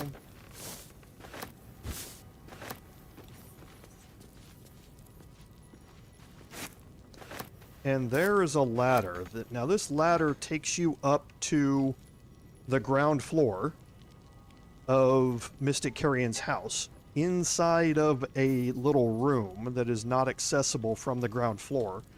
And there's another ladder that takes you up to the what here in the United States we call the second floor, what everybody else will call the first floor. And that's up where we killed the ghast and the ghouls. So if you want to be able to enter this place from that direction, then you have to make sure you've already killed the ghast and the ghouls. And that's why you kill them before you go talk to Thrumbo, because as soon as you walk in there and get into combat with them, Mystic Carrion knows about it, and he will become involved in that combat. So you need to make sure that they're dead before you try and go in there and go down that ladder to get into this secret area. Okay? We didn't have to worry about that since we came in through this hole over here. Let's see here.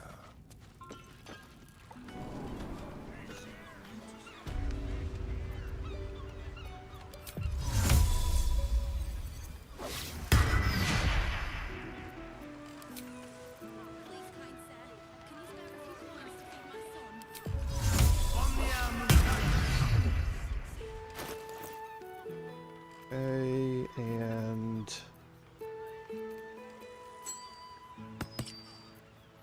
that at least. Now I'm going to keep my other gear on as we, and let's first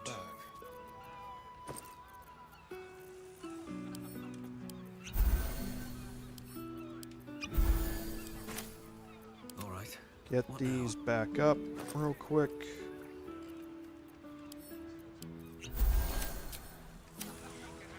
Because we are going to have some issues in the sewers. Now, there are multiple ways into the sewers. There are two, what I call overland routes. Those are direct entrances from the overworld here. The first one is over by the Basilisk Gate. Way over here. Right here, underneath this overhang, is a manhole. Now, the only thing down there is an entrance into the guild hall. We don't want to go down that road yet. There is another way that you can bypass and head over and disarm some traps and look at some other things, but it's not a direction that we want to. It doesn't get us where we want to go. Where we want to go is through this manhole here. Now this is behind Goldbrace house here. And yeah, northwest of the Blushing Mermaid. Seems simple enough. I gave my return to Baldur's Gate a lot of thought. I never pictured this, though. Oh, what did you have in mind? Quiet Okay, party, now toasting there water, are a few good friends.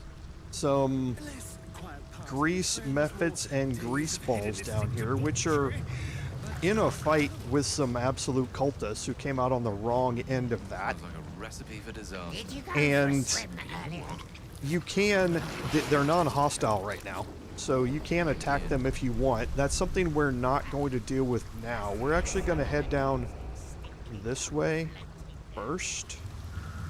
We are going to get into a fight.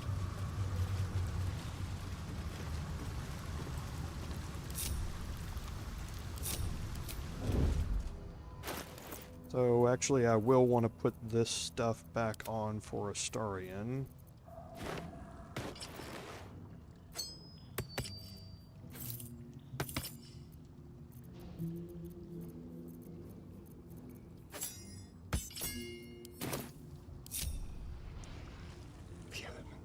Okay, because we're going to have Astarion get into a fight here. And you want to watch this Greaseball's detection cone.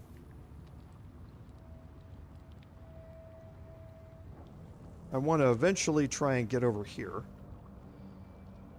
But this Greaseball is going to turn towards us, and he's going to walk back up this direction.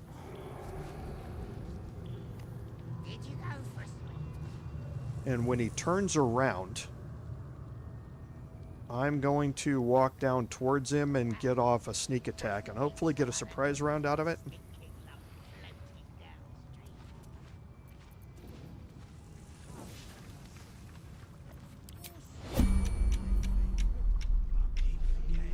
I actually didn't want that to happen.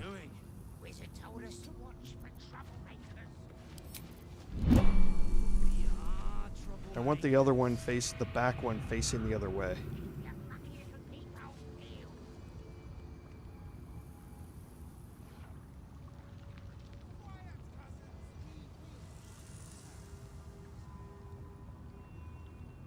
What's the name of that river down there?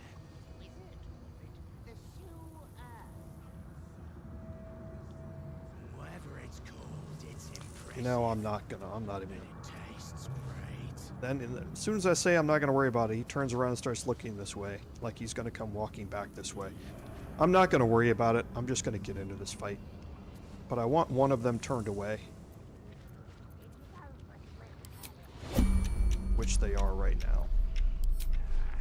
Don't know how to swim.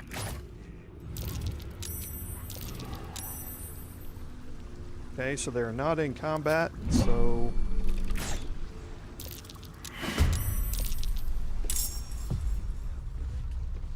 Okay, so if I remove him, and I'm just a little short. Oh no, I'm not. I can get there. So the Greaseballs, they're vulnerable to fire. Okay, they have blind sight, so fighting in darkness doesn't do any good. Since they are vulnerable to fire. That was 68 damage.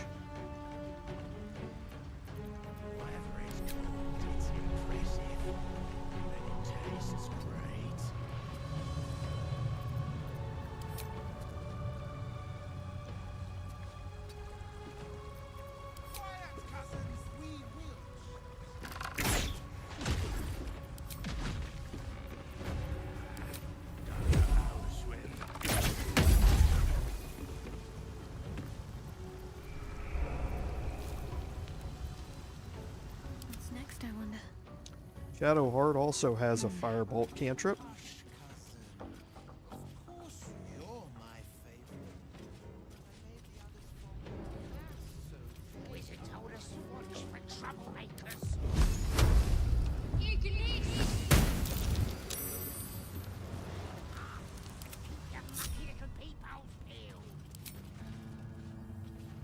Okay, so the Mephits are coming my way to investigate this.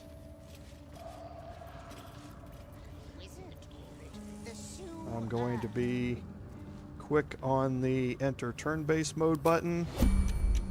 Okay.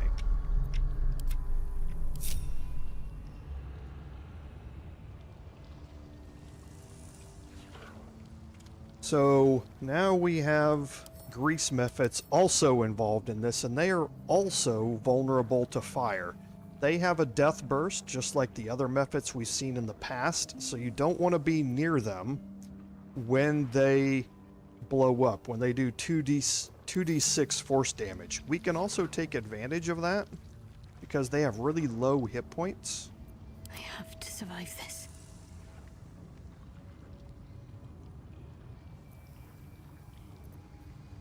Does this count as adventuring?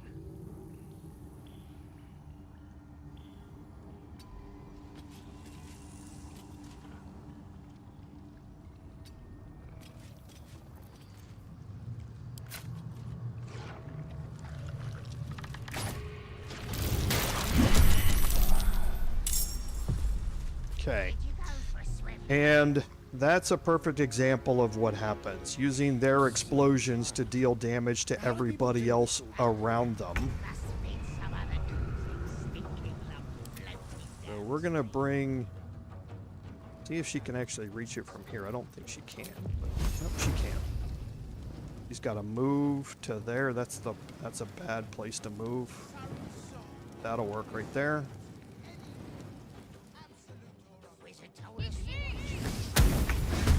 68 damage again. Off of a cantrip, mind you.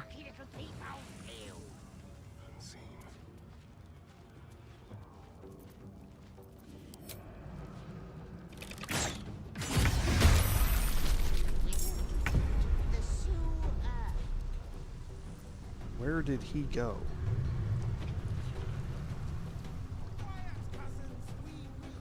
Oh, he's way down there.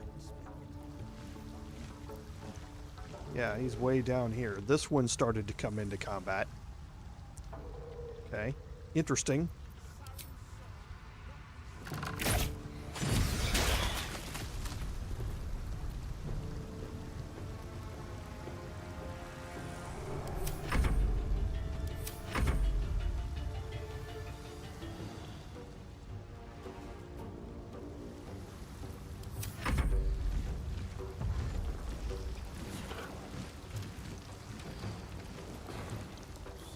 He's going to try and come in the back way around, which is fine. What I don't want to do is deal with the elementals. I don't want to deal with that yet.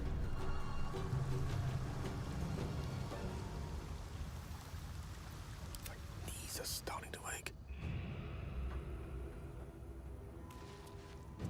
I'm going to keep Gale out of this. For now, if I can. I'm going to put him behind the column here. I won't give in. Let's have some carnage. I'm going to let him come to me.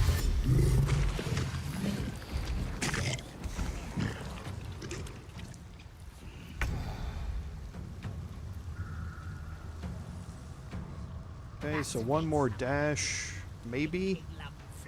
Maybe two more dashes. Got to focus. Got to press on. I keep forgetting. What are we supposed to be doing? Wizard told Okay. us to watch for troublemakers. So I think I am going to let him dash one more time to get him farther away from all of these. I don't want a snowball effect here. With haste.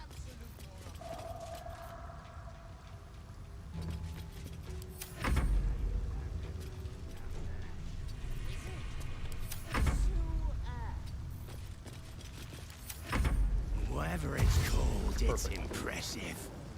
And it tastes great. Can't afford to let up. Oh, and I missed.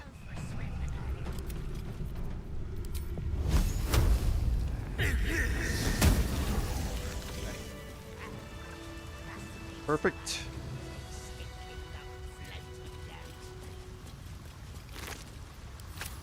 Time to press ahead. Very rarely do they have anything on them. The methods do sometimes. Not a whole lot though.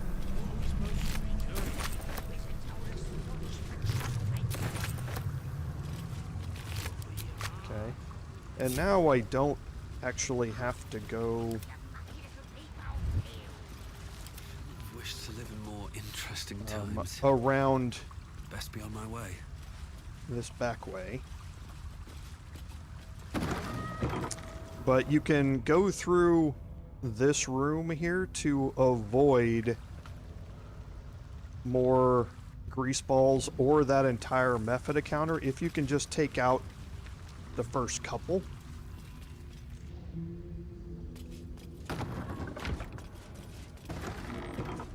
Thank you, Gale. Appreciate put that. my hands on everything.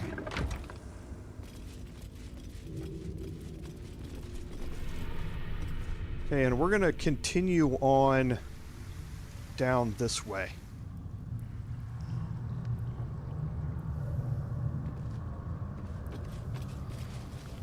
Something over there.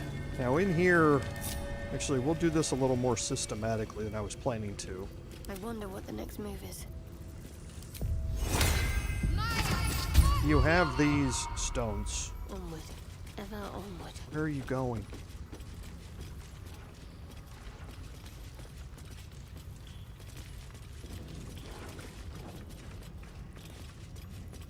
And there are 4 of them, I believe. There's a painted key, scroll of chain lightning, which is really good. The painted key works on the painted chest. Odaluk's freezing sphere, love that spell on tabletop.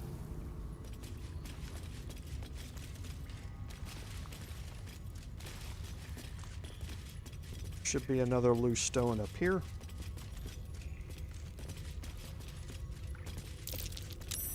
Something There it over there. is.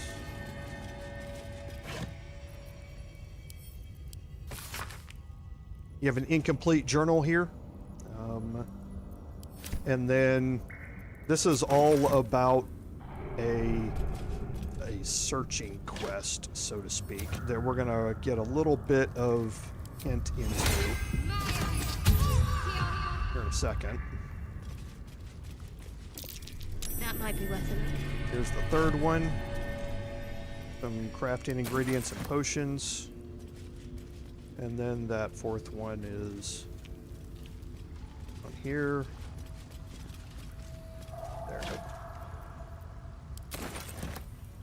No time to rest. Wonder if the gods are watching me. We're going to continue to head up this way, and you can see we have a rat here. This rat looks a little bit odd.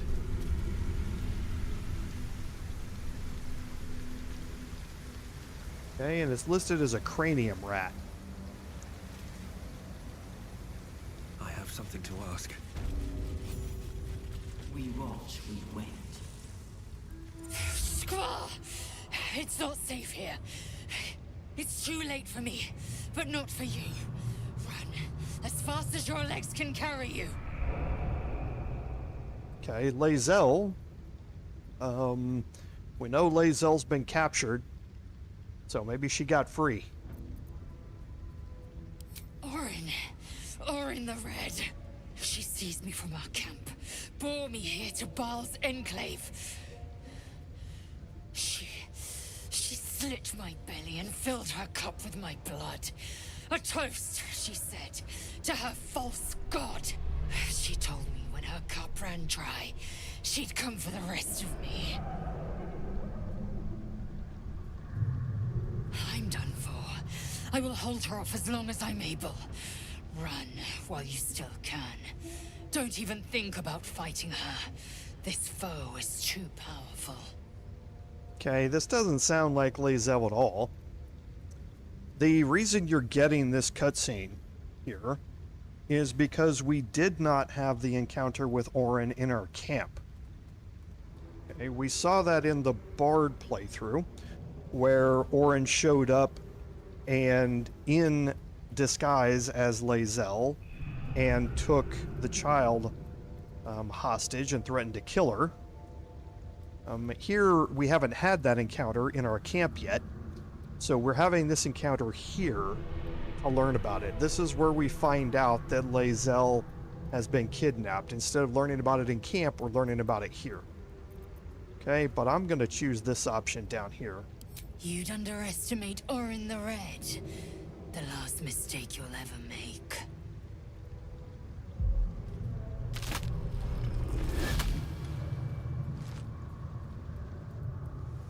Look at it, crawling and sniffing and rooting around in the filth. Is it my netherstone you seek, little piggy? Hush, hush. Orin will take care of you and your little pet. Nothing. No, not a thing.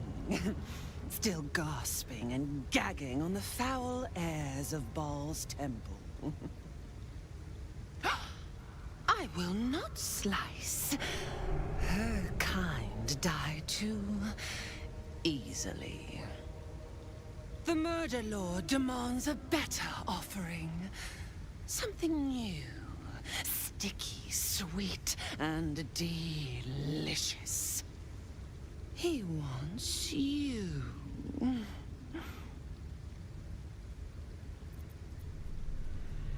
Ketherick's killer turned the corpse lover to Carrion when you took his stone.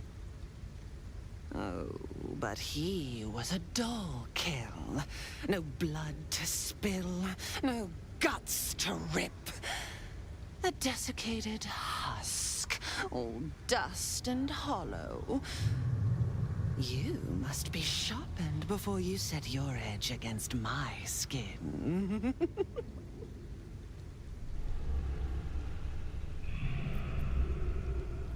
Against the tyrant's throat, of course.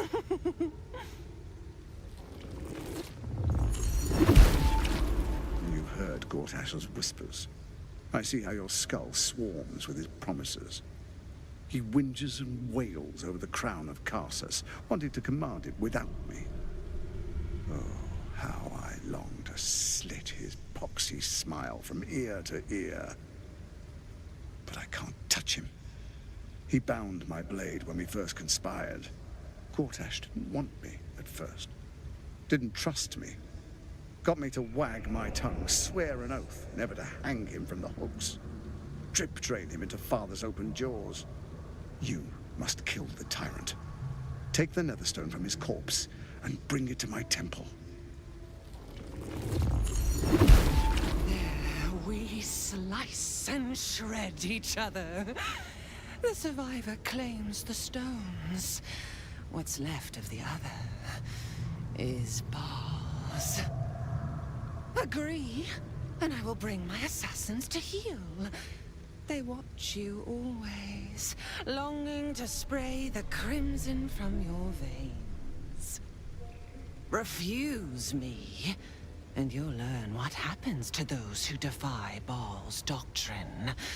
So will your friend. Orin demands a fight to the death. The prize for the victor, the netherstones, and the chance to control the crown alone. Accept, and you must kill Gortash. Refuse, and your companion's life may be forfeit, as might your own. Orin's assassins will hunt you like prey for slaughter.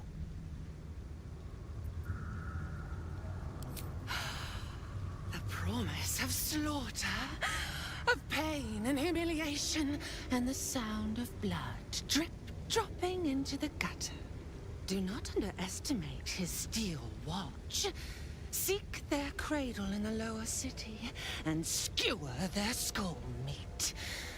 Make them rust and blood. Then you can gore the lordling again and again and again. But listen close, Bone Killer. Step in my domain while the tyrant still sucks air, and I will carve your failure into your pretty plaything's skull. Bring me his stone, and I will set the bait free. Only then can you and I make exquisite butchery. The victor will set the world to slaughter. That is Baal's offer. He will not make another. Oh, the writing for her is so exquisitely disturbing. We did pick up an inspiration for that. We were in the middle of trying to talk to the rat. We watch, we wait. We're going to learn more about that later. This, if you haven't recognized it already, is a symbol of Baal. Down here in the sewers is a way to get into that temple that Orin was mentioning. That's why I'm trying to go a specific way to avoid all of those entanglements. There are a few other quests that are involved with places down here that I don't want to advance yet.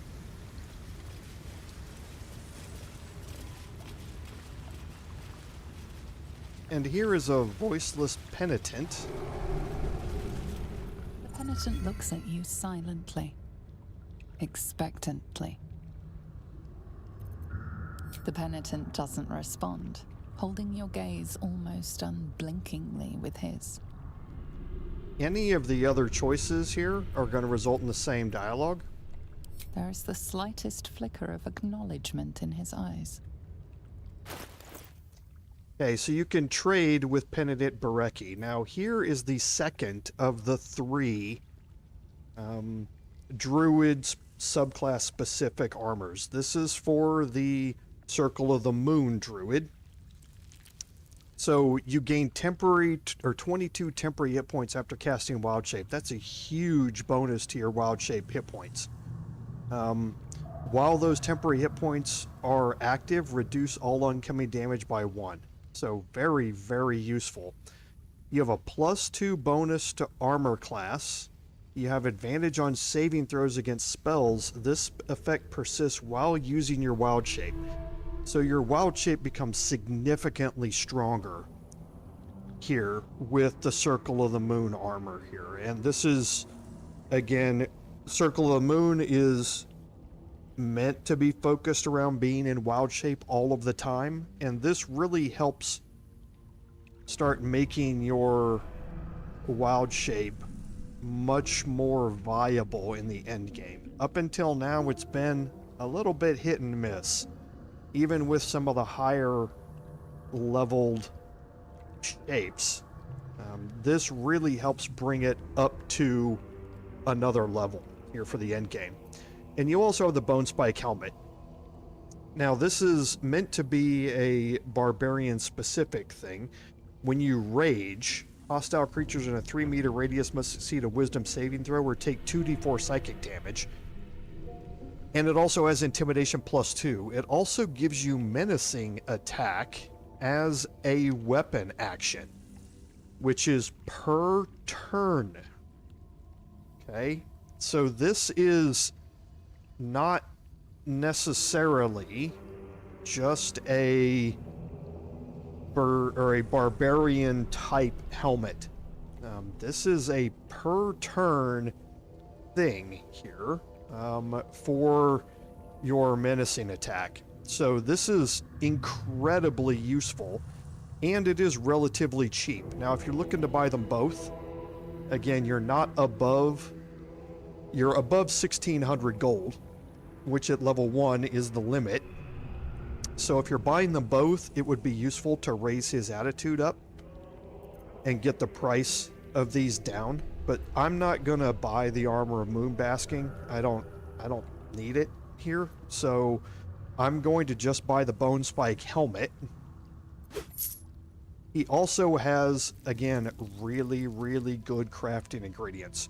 This is another location where, now that you've unlocked the waypoint right next to him, it's really useful to be able to use the waypoints back and forth between here and Heapside Strand to buy Cloud Giant Fingers from Mystic Carrion and the Voiceless Penitent. You can just level up, go to both of them, level up again, go to both of them, and over and over again until you've picked up enough of these. But he also has some other incredibly useful ones. The Nothic Eye for your sea invisibilities, your Venomous Fang for the Serpent Fang Toxin. These are all incredibly useful crafting ingredients to be able to use. So if you're looking to craft a bunch of those potions, then a very, very useful NPC found down here under the ground. Penitent blinks. You think? You were dismissed. Okay, now from your minimap, you can see that there's obviously something behind him. We don't want to deal with that yet. One thing that you can look at here is here's the Bone Spike helmet.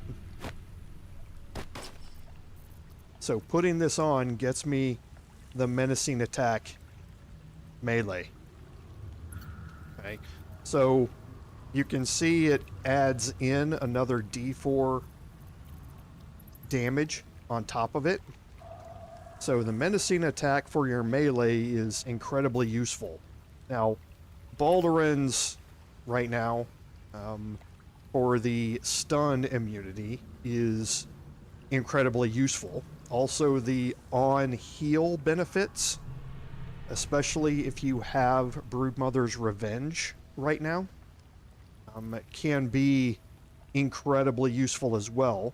I'm going to swap this over right now. I'm going to give up the +1 bonus to armor class and saving throws. I'm going to give up the healing of 2 hit points and the attackers can't land critical hits in favor of this, just to test out the menacing attack action here. I'm going to continue making my way down here. There's a passageway.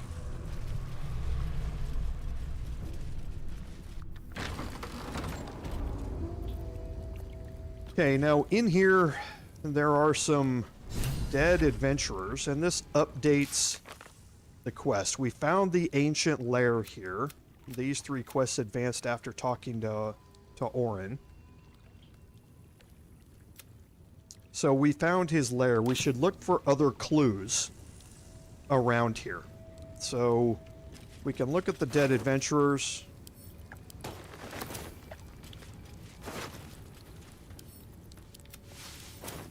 And now you have a door with this area here.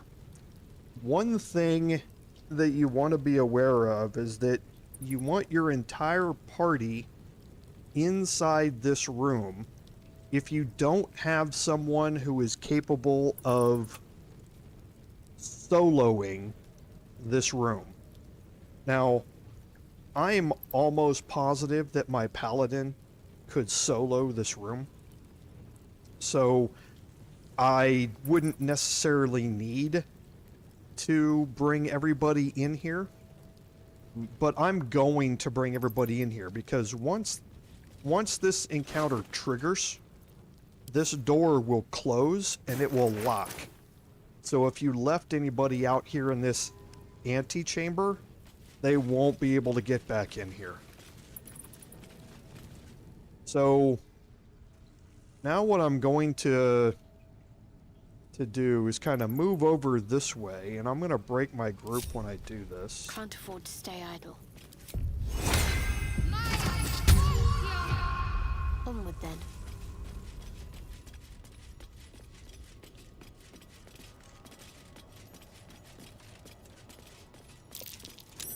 Okay, and the perception was successful, and there's a locked stone wall No one here. stopped me yet. Moving ahead. I'm going to bring everybody Let's explore. over here. Never Actually a going dull to swap moment. Shadowheart No time to dally. and my Paladin. No one stopped me yet. Careful, I'm behind. Go. First time I did this room, I actually soloed this with Astarion. Because I was unaware of what was happening. So now there's a lot of stuff that happens here. So I always drop a quick save before this just in case I get a game crash. There are 2 ways to initiate this encounter. The first is to try and loot any of these chests. The second is to try and open this door and fail a check. So we're going to lockpick this. It's a high DC. That's why I left Mark of the Shifter on.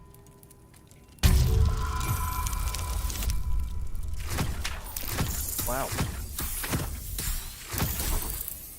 Rolled really well on Guidance and Mark of the Shifter. Now I'm going to make sure that I don't have any of my lockpicking gear on, and I do not. So now I'm going to open this with Shadowheart.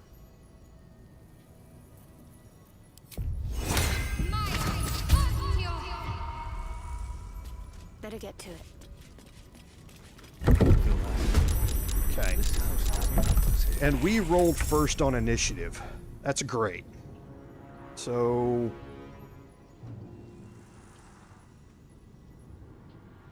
Oh, really? We're gonna get an opportunity attack out of this. Okay. Gale. Wow, everybody went after him. Okay, that's fine. So, what I'm gonna do is try and kill this first ancient servant here. Can't stay idle.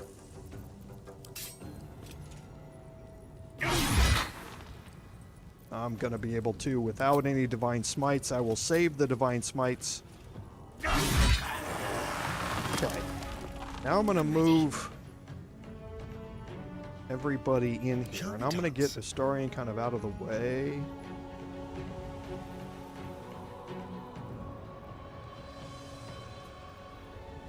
Yeah, let's just move him out of the way for now. We'll get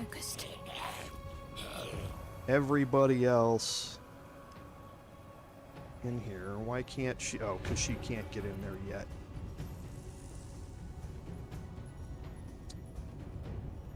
So let's move Gale in here. In striking distance.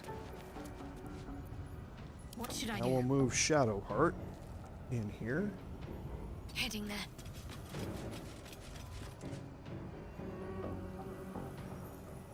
Time to kill. Nothing important is ever easy. Let's get off a final couple of attacks here onto the ancient servants.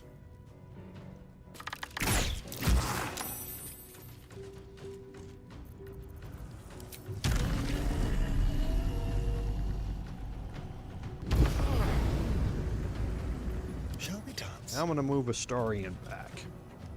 But I'm only going to move him to here. And I'm going to have him throw up spike growth. Right here on the door.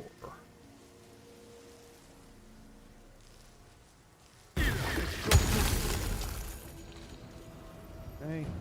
Now I'm going to have him kind of move back out of the way. Everybody else has thoroughly stuffed. So they cannot be frightened. Astarion does not have it because I did a respec with him. So it removed that from him. The ancient servants can cast a ranged spell that will frighten you and lock you in place. I don't want that to happen. So I want Astarion to kind of stay back and move out, do sneak attacks, move back in, out of line of sight whenever he can. And I'm going to manage this combat here around our choke point here. Now, two things have happened that you've noticed. The first is that everybody got spell rot. Unless you are undead, each time you cast a spell, you receive 2d6 necrotic damage per spell level. Okay? That's huge. That's a huge amount of damage. So that could, if you cast a level 6 spell, that is 12d6 necrotic damage. So that is a huge problem. So the other reason that I moved Shadowheart back in here is so that we can cast Remove Curse. Now, Remove Curse is a level 3 spell, so I'm going to take damage when I cast this, but it's going to remove all future damage from whoever I cast it on. I'm not going to cast it on my Paladin. I'm not necessarily going to cast it on Gale. I'm going to cast it on Shadowheart because I want to free up using Destructive Wave. I do not want to cast this with Spell Rot still on. That would be horrifically bad. So I'm going to cast this on Shadowheart. Okay. So that removes Spell Rot from her, which is good. She took some damage in doing it, but that's the last time she's going to take any damage from casting spells. It also... yeah. That, I know, that's going to be there. She's now immune to it. Okay, so I'm immune to this necrosis while it goes on, and I should have... Oh yeah, I won't get it yet. I'm going to get it next turn. So I'm going to bring out her maul to plug up the doorway. And end her turn, and Astarian's turn, these days. and my Paladin's turn. They burn. And now for Gale. So, looking at the Ancient Servants, they are vulnerable to fire.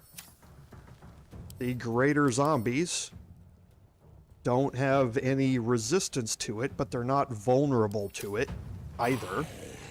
So what I'm going to do with Gale is going to be... Gale and Astarian both are going to be kind of my fall back, I don't have any other option type of thing for it when they get through this door. Because they're going to get through this door. And his fallback is going to be to throw a fireball out there and just cook everything that is grouped up around the door. But for now, I want to fight as much as I can inside of there through the choke point.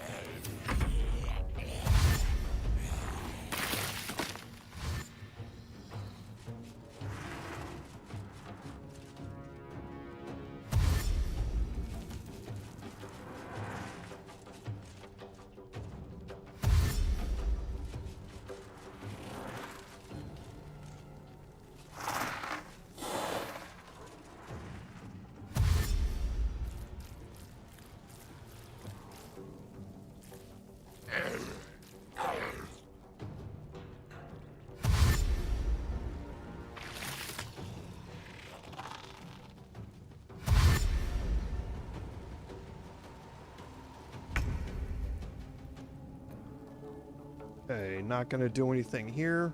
I could move out there. I'm floating, so I don't take any damage from the spikes.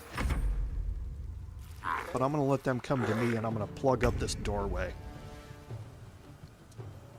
Okay, so now for Astarian, we're going to move out. Time to move. Get our attacks and move back. Now you're wondering, why did I cast Spike Growth instead of something... Ready. Like Blade Barrier, or Wall of Fire, or even Insect Plague instead? The reason for it is because, again, Astarian has the possibility of getting frightened. And I'm going to be keeping him out of line of sight for the most part, and that means I'm going to be able to preserve his concentration without, chance of losing it. And that could be much more of a problem with Shadowheart, because she's going to be in the thick of things here on this next turn coming up. Let's spill some blood.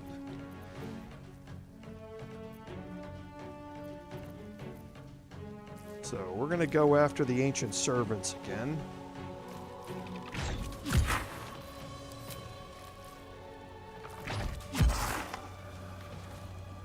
Okay, and then again, I'm going to move back out of view. Outmaneuver them. Can't give up. Okay, for Shadowheart, there's not a whole lot that I want to focus on here. So I'm just going to throw out some cantrips here. And possibly Guiding Bolt. That would knock him down.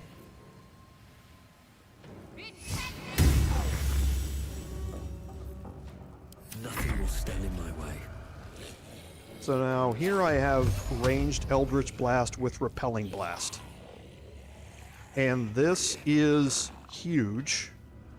What I want to try and do is get him positioned where I can see this one as well.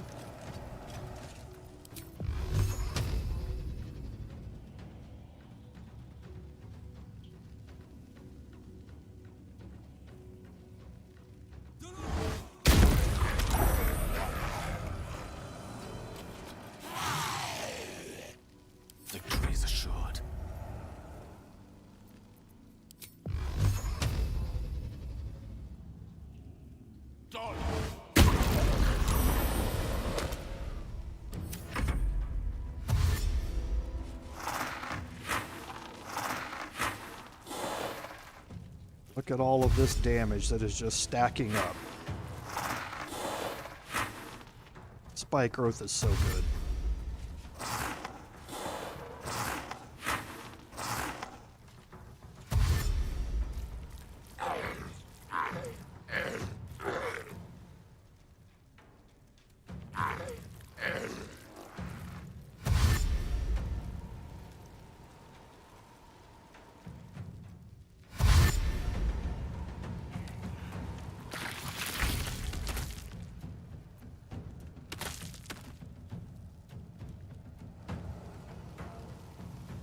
I'm actually going to wait one more turn here.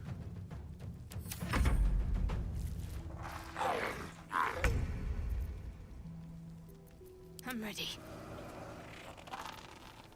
Boom goes the dynamite.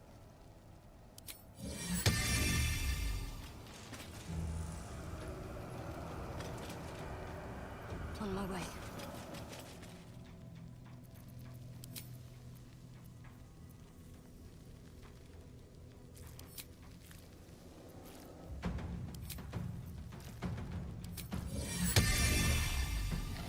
Okay, that will get everybody here. Well, actually, I want to be sure of this.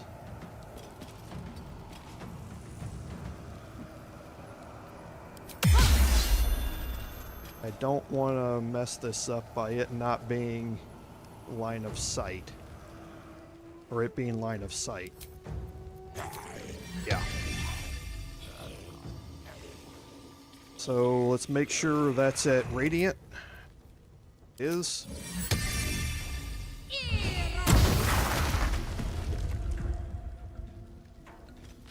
Okay, so yeah, that worked.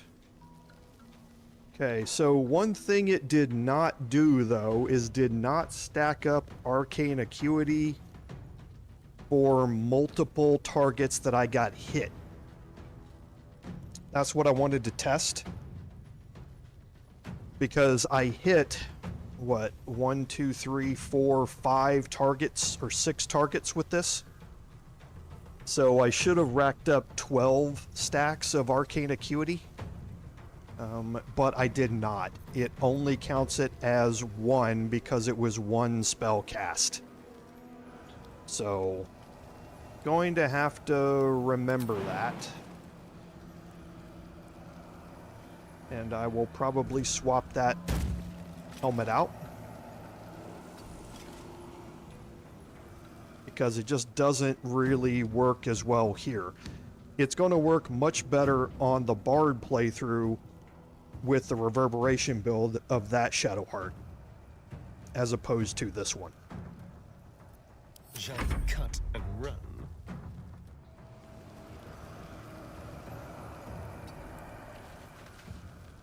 Okay, so now here.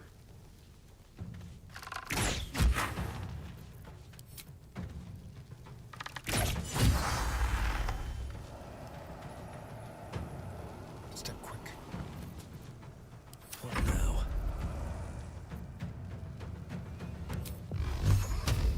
Should be a kill.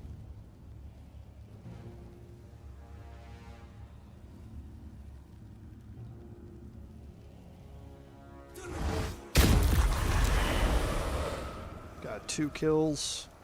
One can't always be a gentleman.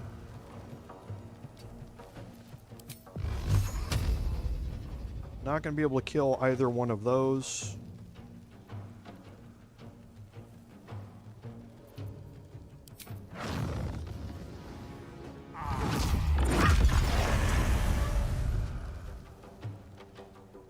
Yeah, see, flames do kill.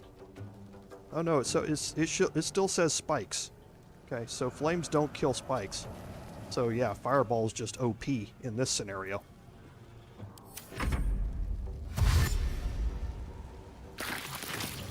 And that's it. How delicious. Okay, taking advantage of your surroundings here made that fight incredibly easy. Like I say, the ancient servants can have a ranged attack that will frighten you. and that can make it incredibly hard to get to a choke point. We rolled first on initiative, which made that fight trivial. It just made everything way too easy. Now, Spell Rot is going to come back. It only lasted, that immunity only lasted for 3 turns, which was more than enough to get me through the combat. So one other thing that's important about fighting in here. Do not cast Fireball in this room. Your desire. Okay, even if you can get it placed so that it doesn't blow your party members up. Sitting here is the jar of Mystic Carrion's brains. And blowing this thing, casting a fireball in here, and this table catches on fire, and this thing will then explode as well. This is vulnerable to fire. When it blows up like a fireball radius and causes damage all around it. So you don't want to get caught in that by accidentally casting that here in this room. So just keep that in mind. Now I'm not going to cast Speak with the Dead, because Speak with the Dead is a level 3 necromancy spell, so I would take more damage because of Spell Rot. So keep that in mind while you're working down here. But you can talk to the dead half-elf, and you will learn more about the fact that Mystic Carrion was cutting people up and using them to hide his body parts. But here you learn more about that. A brilliant idea, but not an idea of genius. Where better to hide such precious treasure than inside the animated body of a guardian who doesn't even know it's there? And this is talking about his heart. So, the secret to immortality is sewn up inside a zombie. Better than tucked under a mattress, I suppose. And that advances the quest, and we learned that the canopic jars have been put inside of his zombie servants to preserve his life force. Okay, so we want to take the jar of Mystic Carrion brains here.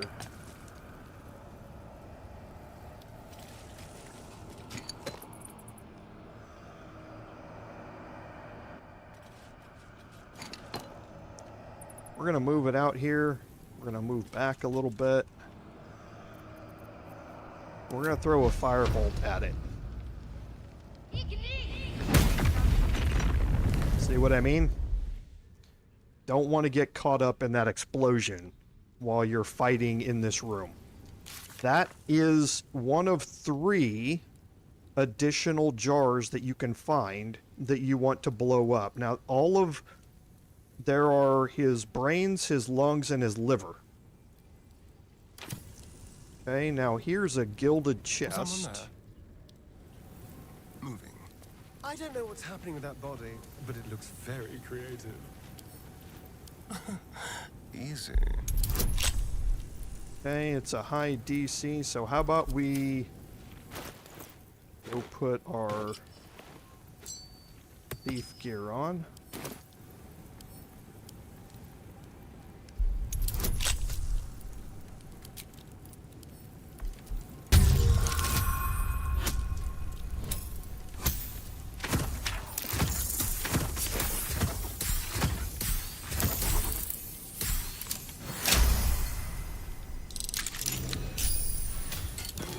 And in here is his liver.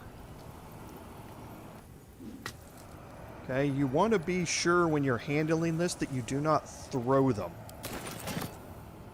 Okay, that you pick them up and you use the move mechanic. What am I to do? To move them. If you pick them up and throw them, you're going to take necrotic damage.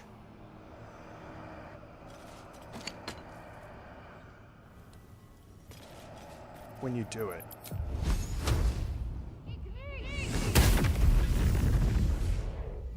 Can't give up now. Okay. Very well. So there are various other things that you can search in here. Nothing really spectacular. However, out here there is a bunch of gold.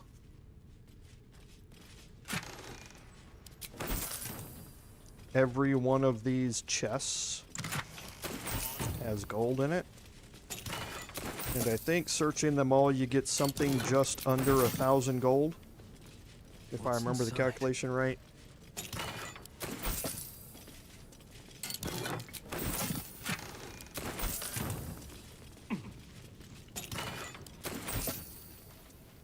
Okay. The dead zombies and ancient servants won't have anything on their bodies. And there's another opulent chest back here.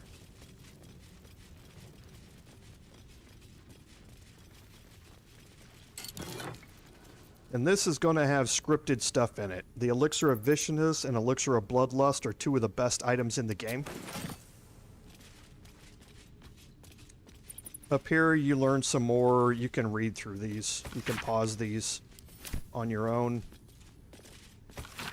But you learn more about Mystic Carrion and how he came to be.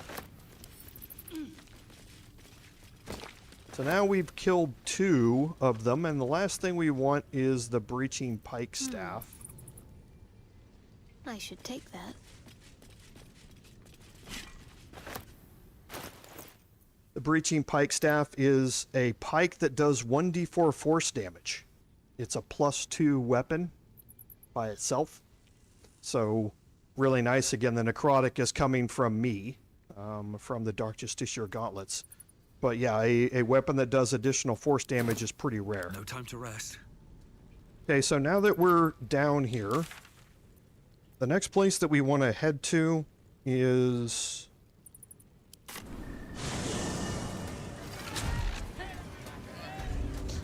And we are going to head right back to the graveyard.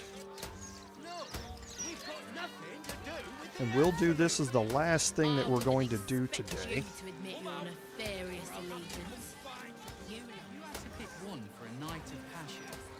The one with that stinking pictures in the Gazette today. A few more of those. Forget adventurers. Grief is hard. Let flowers say what words.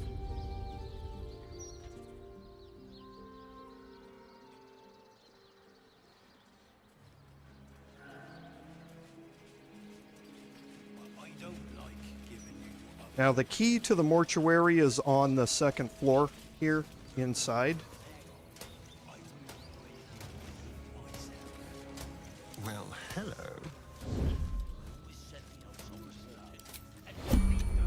Okay, we want to go into turn-based mode. With pleasure.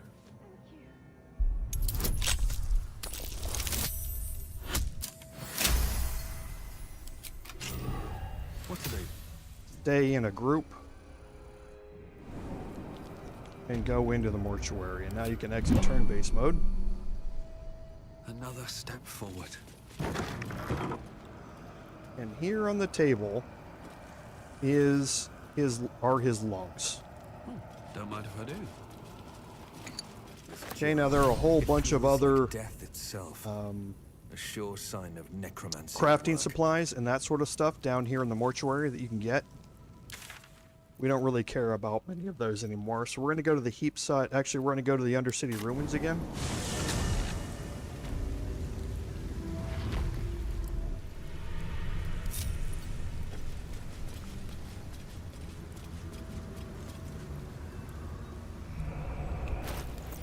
And out of our inventory, we're going to drop that.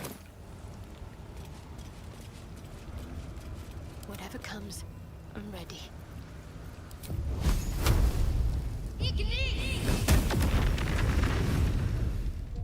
Still breathing, despite everything. Okay, so we've now destroyed all 3 of the other items, but we still need to go talk to Thrumbo.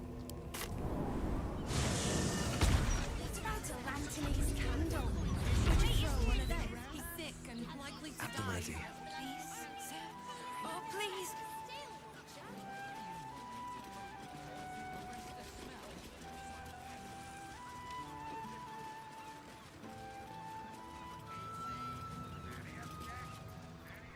You came back. Please, tell me you found a way to destroy Mystic Carrion.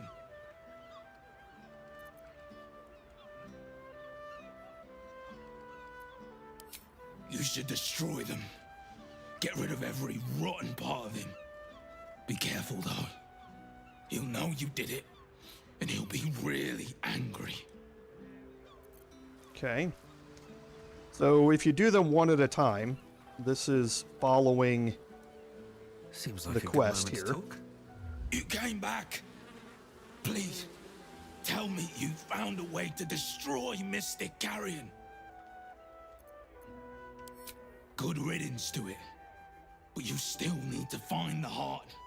Without that, he'll never be stopped. Please, keep looking. Okay, so if you don't know what those jars do, you're going to learn more from Thrumbo about him, but we already know. You came back. Please, tell me you found a way to destroy Mystic Carrion. What? His rotten heart was inside of me this whole time. Get it out. I have to get it out. And he will puke up the jar.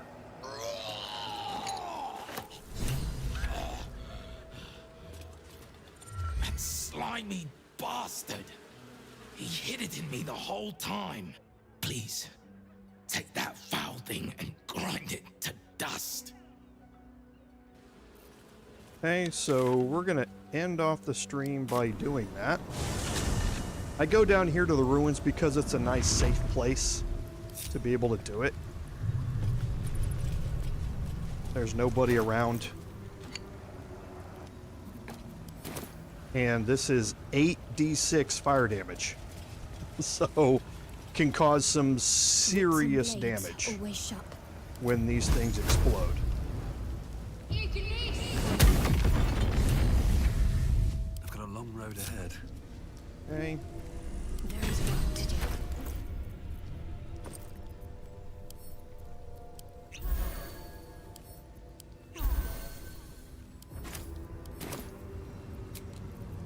I'll feel that one later. Head back to Heapside Strand.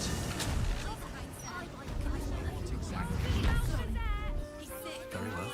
These boots have seen everything.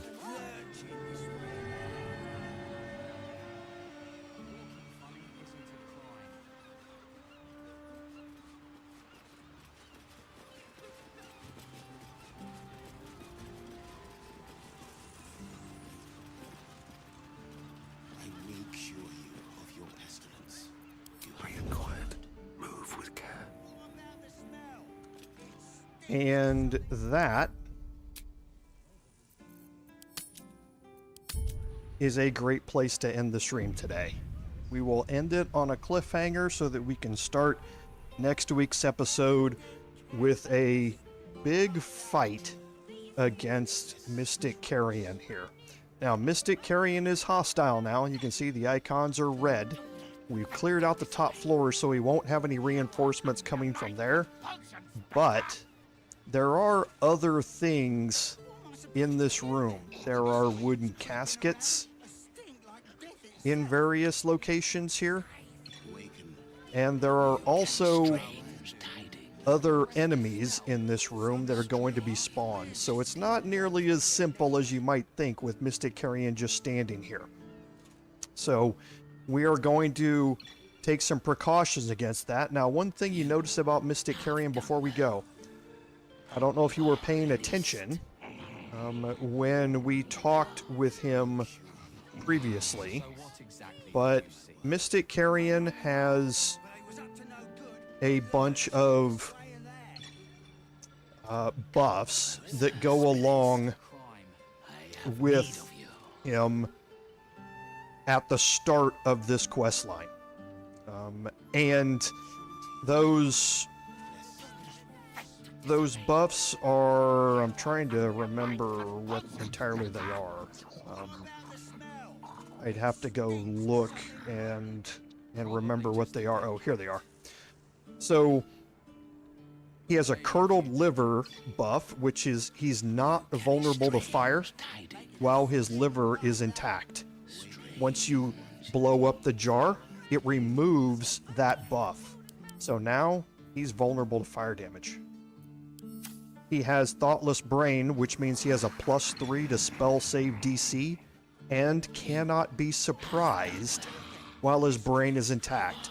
We've now removed that, so he can be surprised, and we are going to get a surprise round on him. And then Breathless Lungs. He cannot be silenced while his lungs are intact. Now he can be silenced and prevented from casting spells. He has some horrifically bad necromancy spells, including Blight, which can cause a horrific amount of damage. So removing those 3 jars, you don't have to do it, but it makes it this fight significantly easier when you're going through it. And we're going to go through all of that next week. So as a reminder, thank you all for being here. As always, I love the interactions with my chat. You guys are great. Without your support, none of this would be possible. This is Commander Jerval saying, until next time, fare thee well.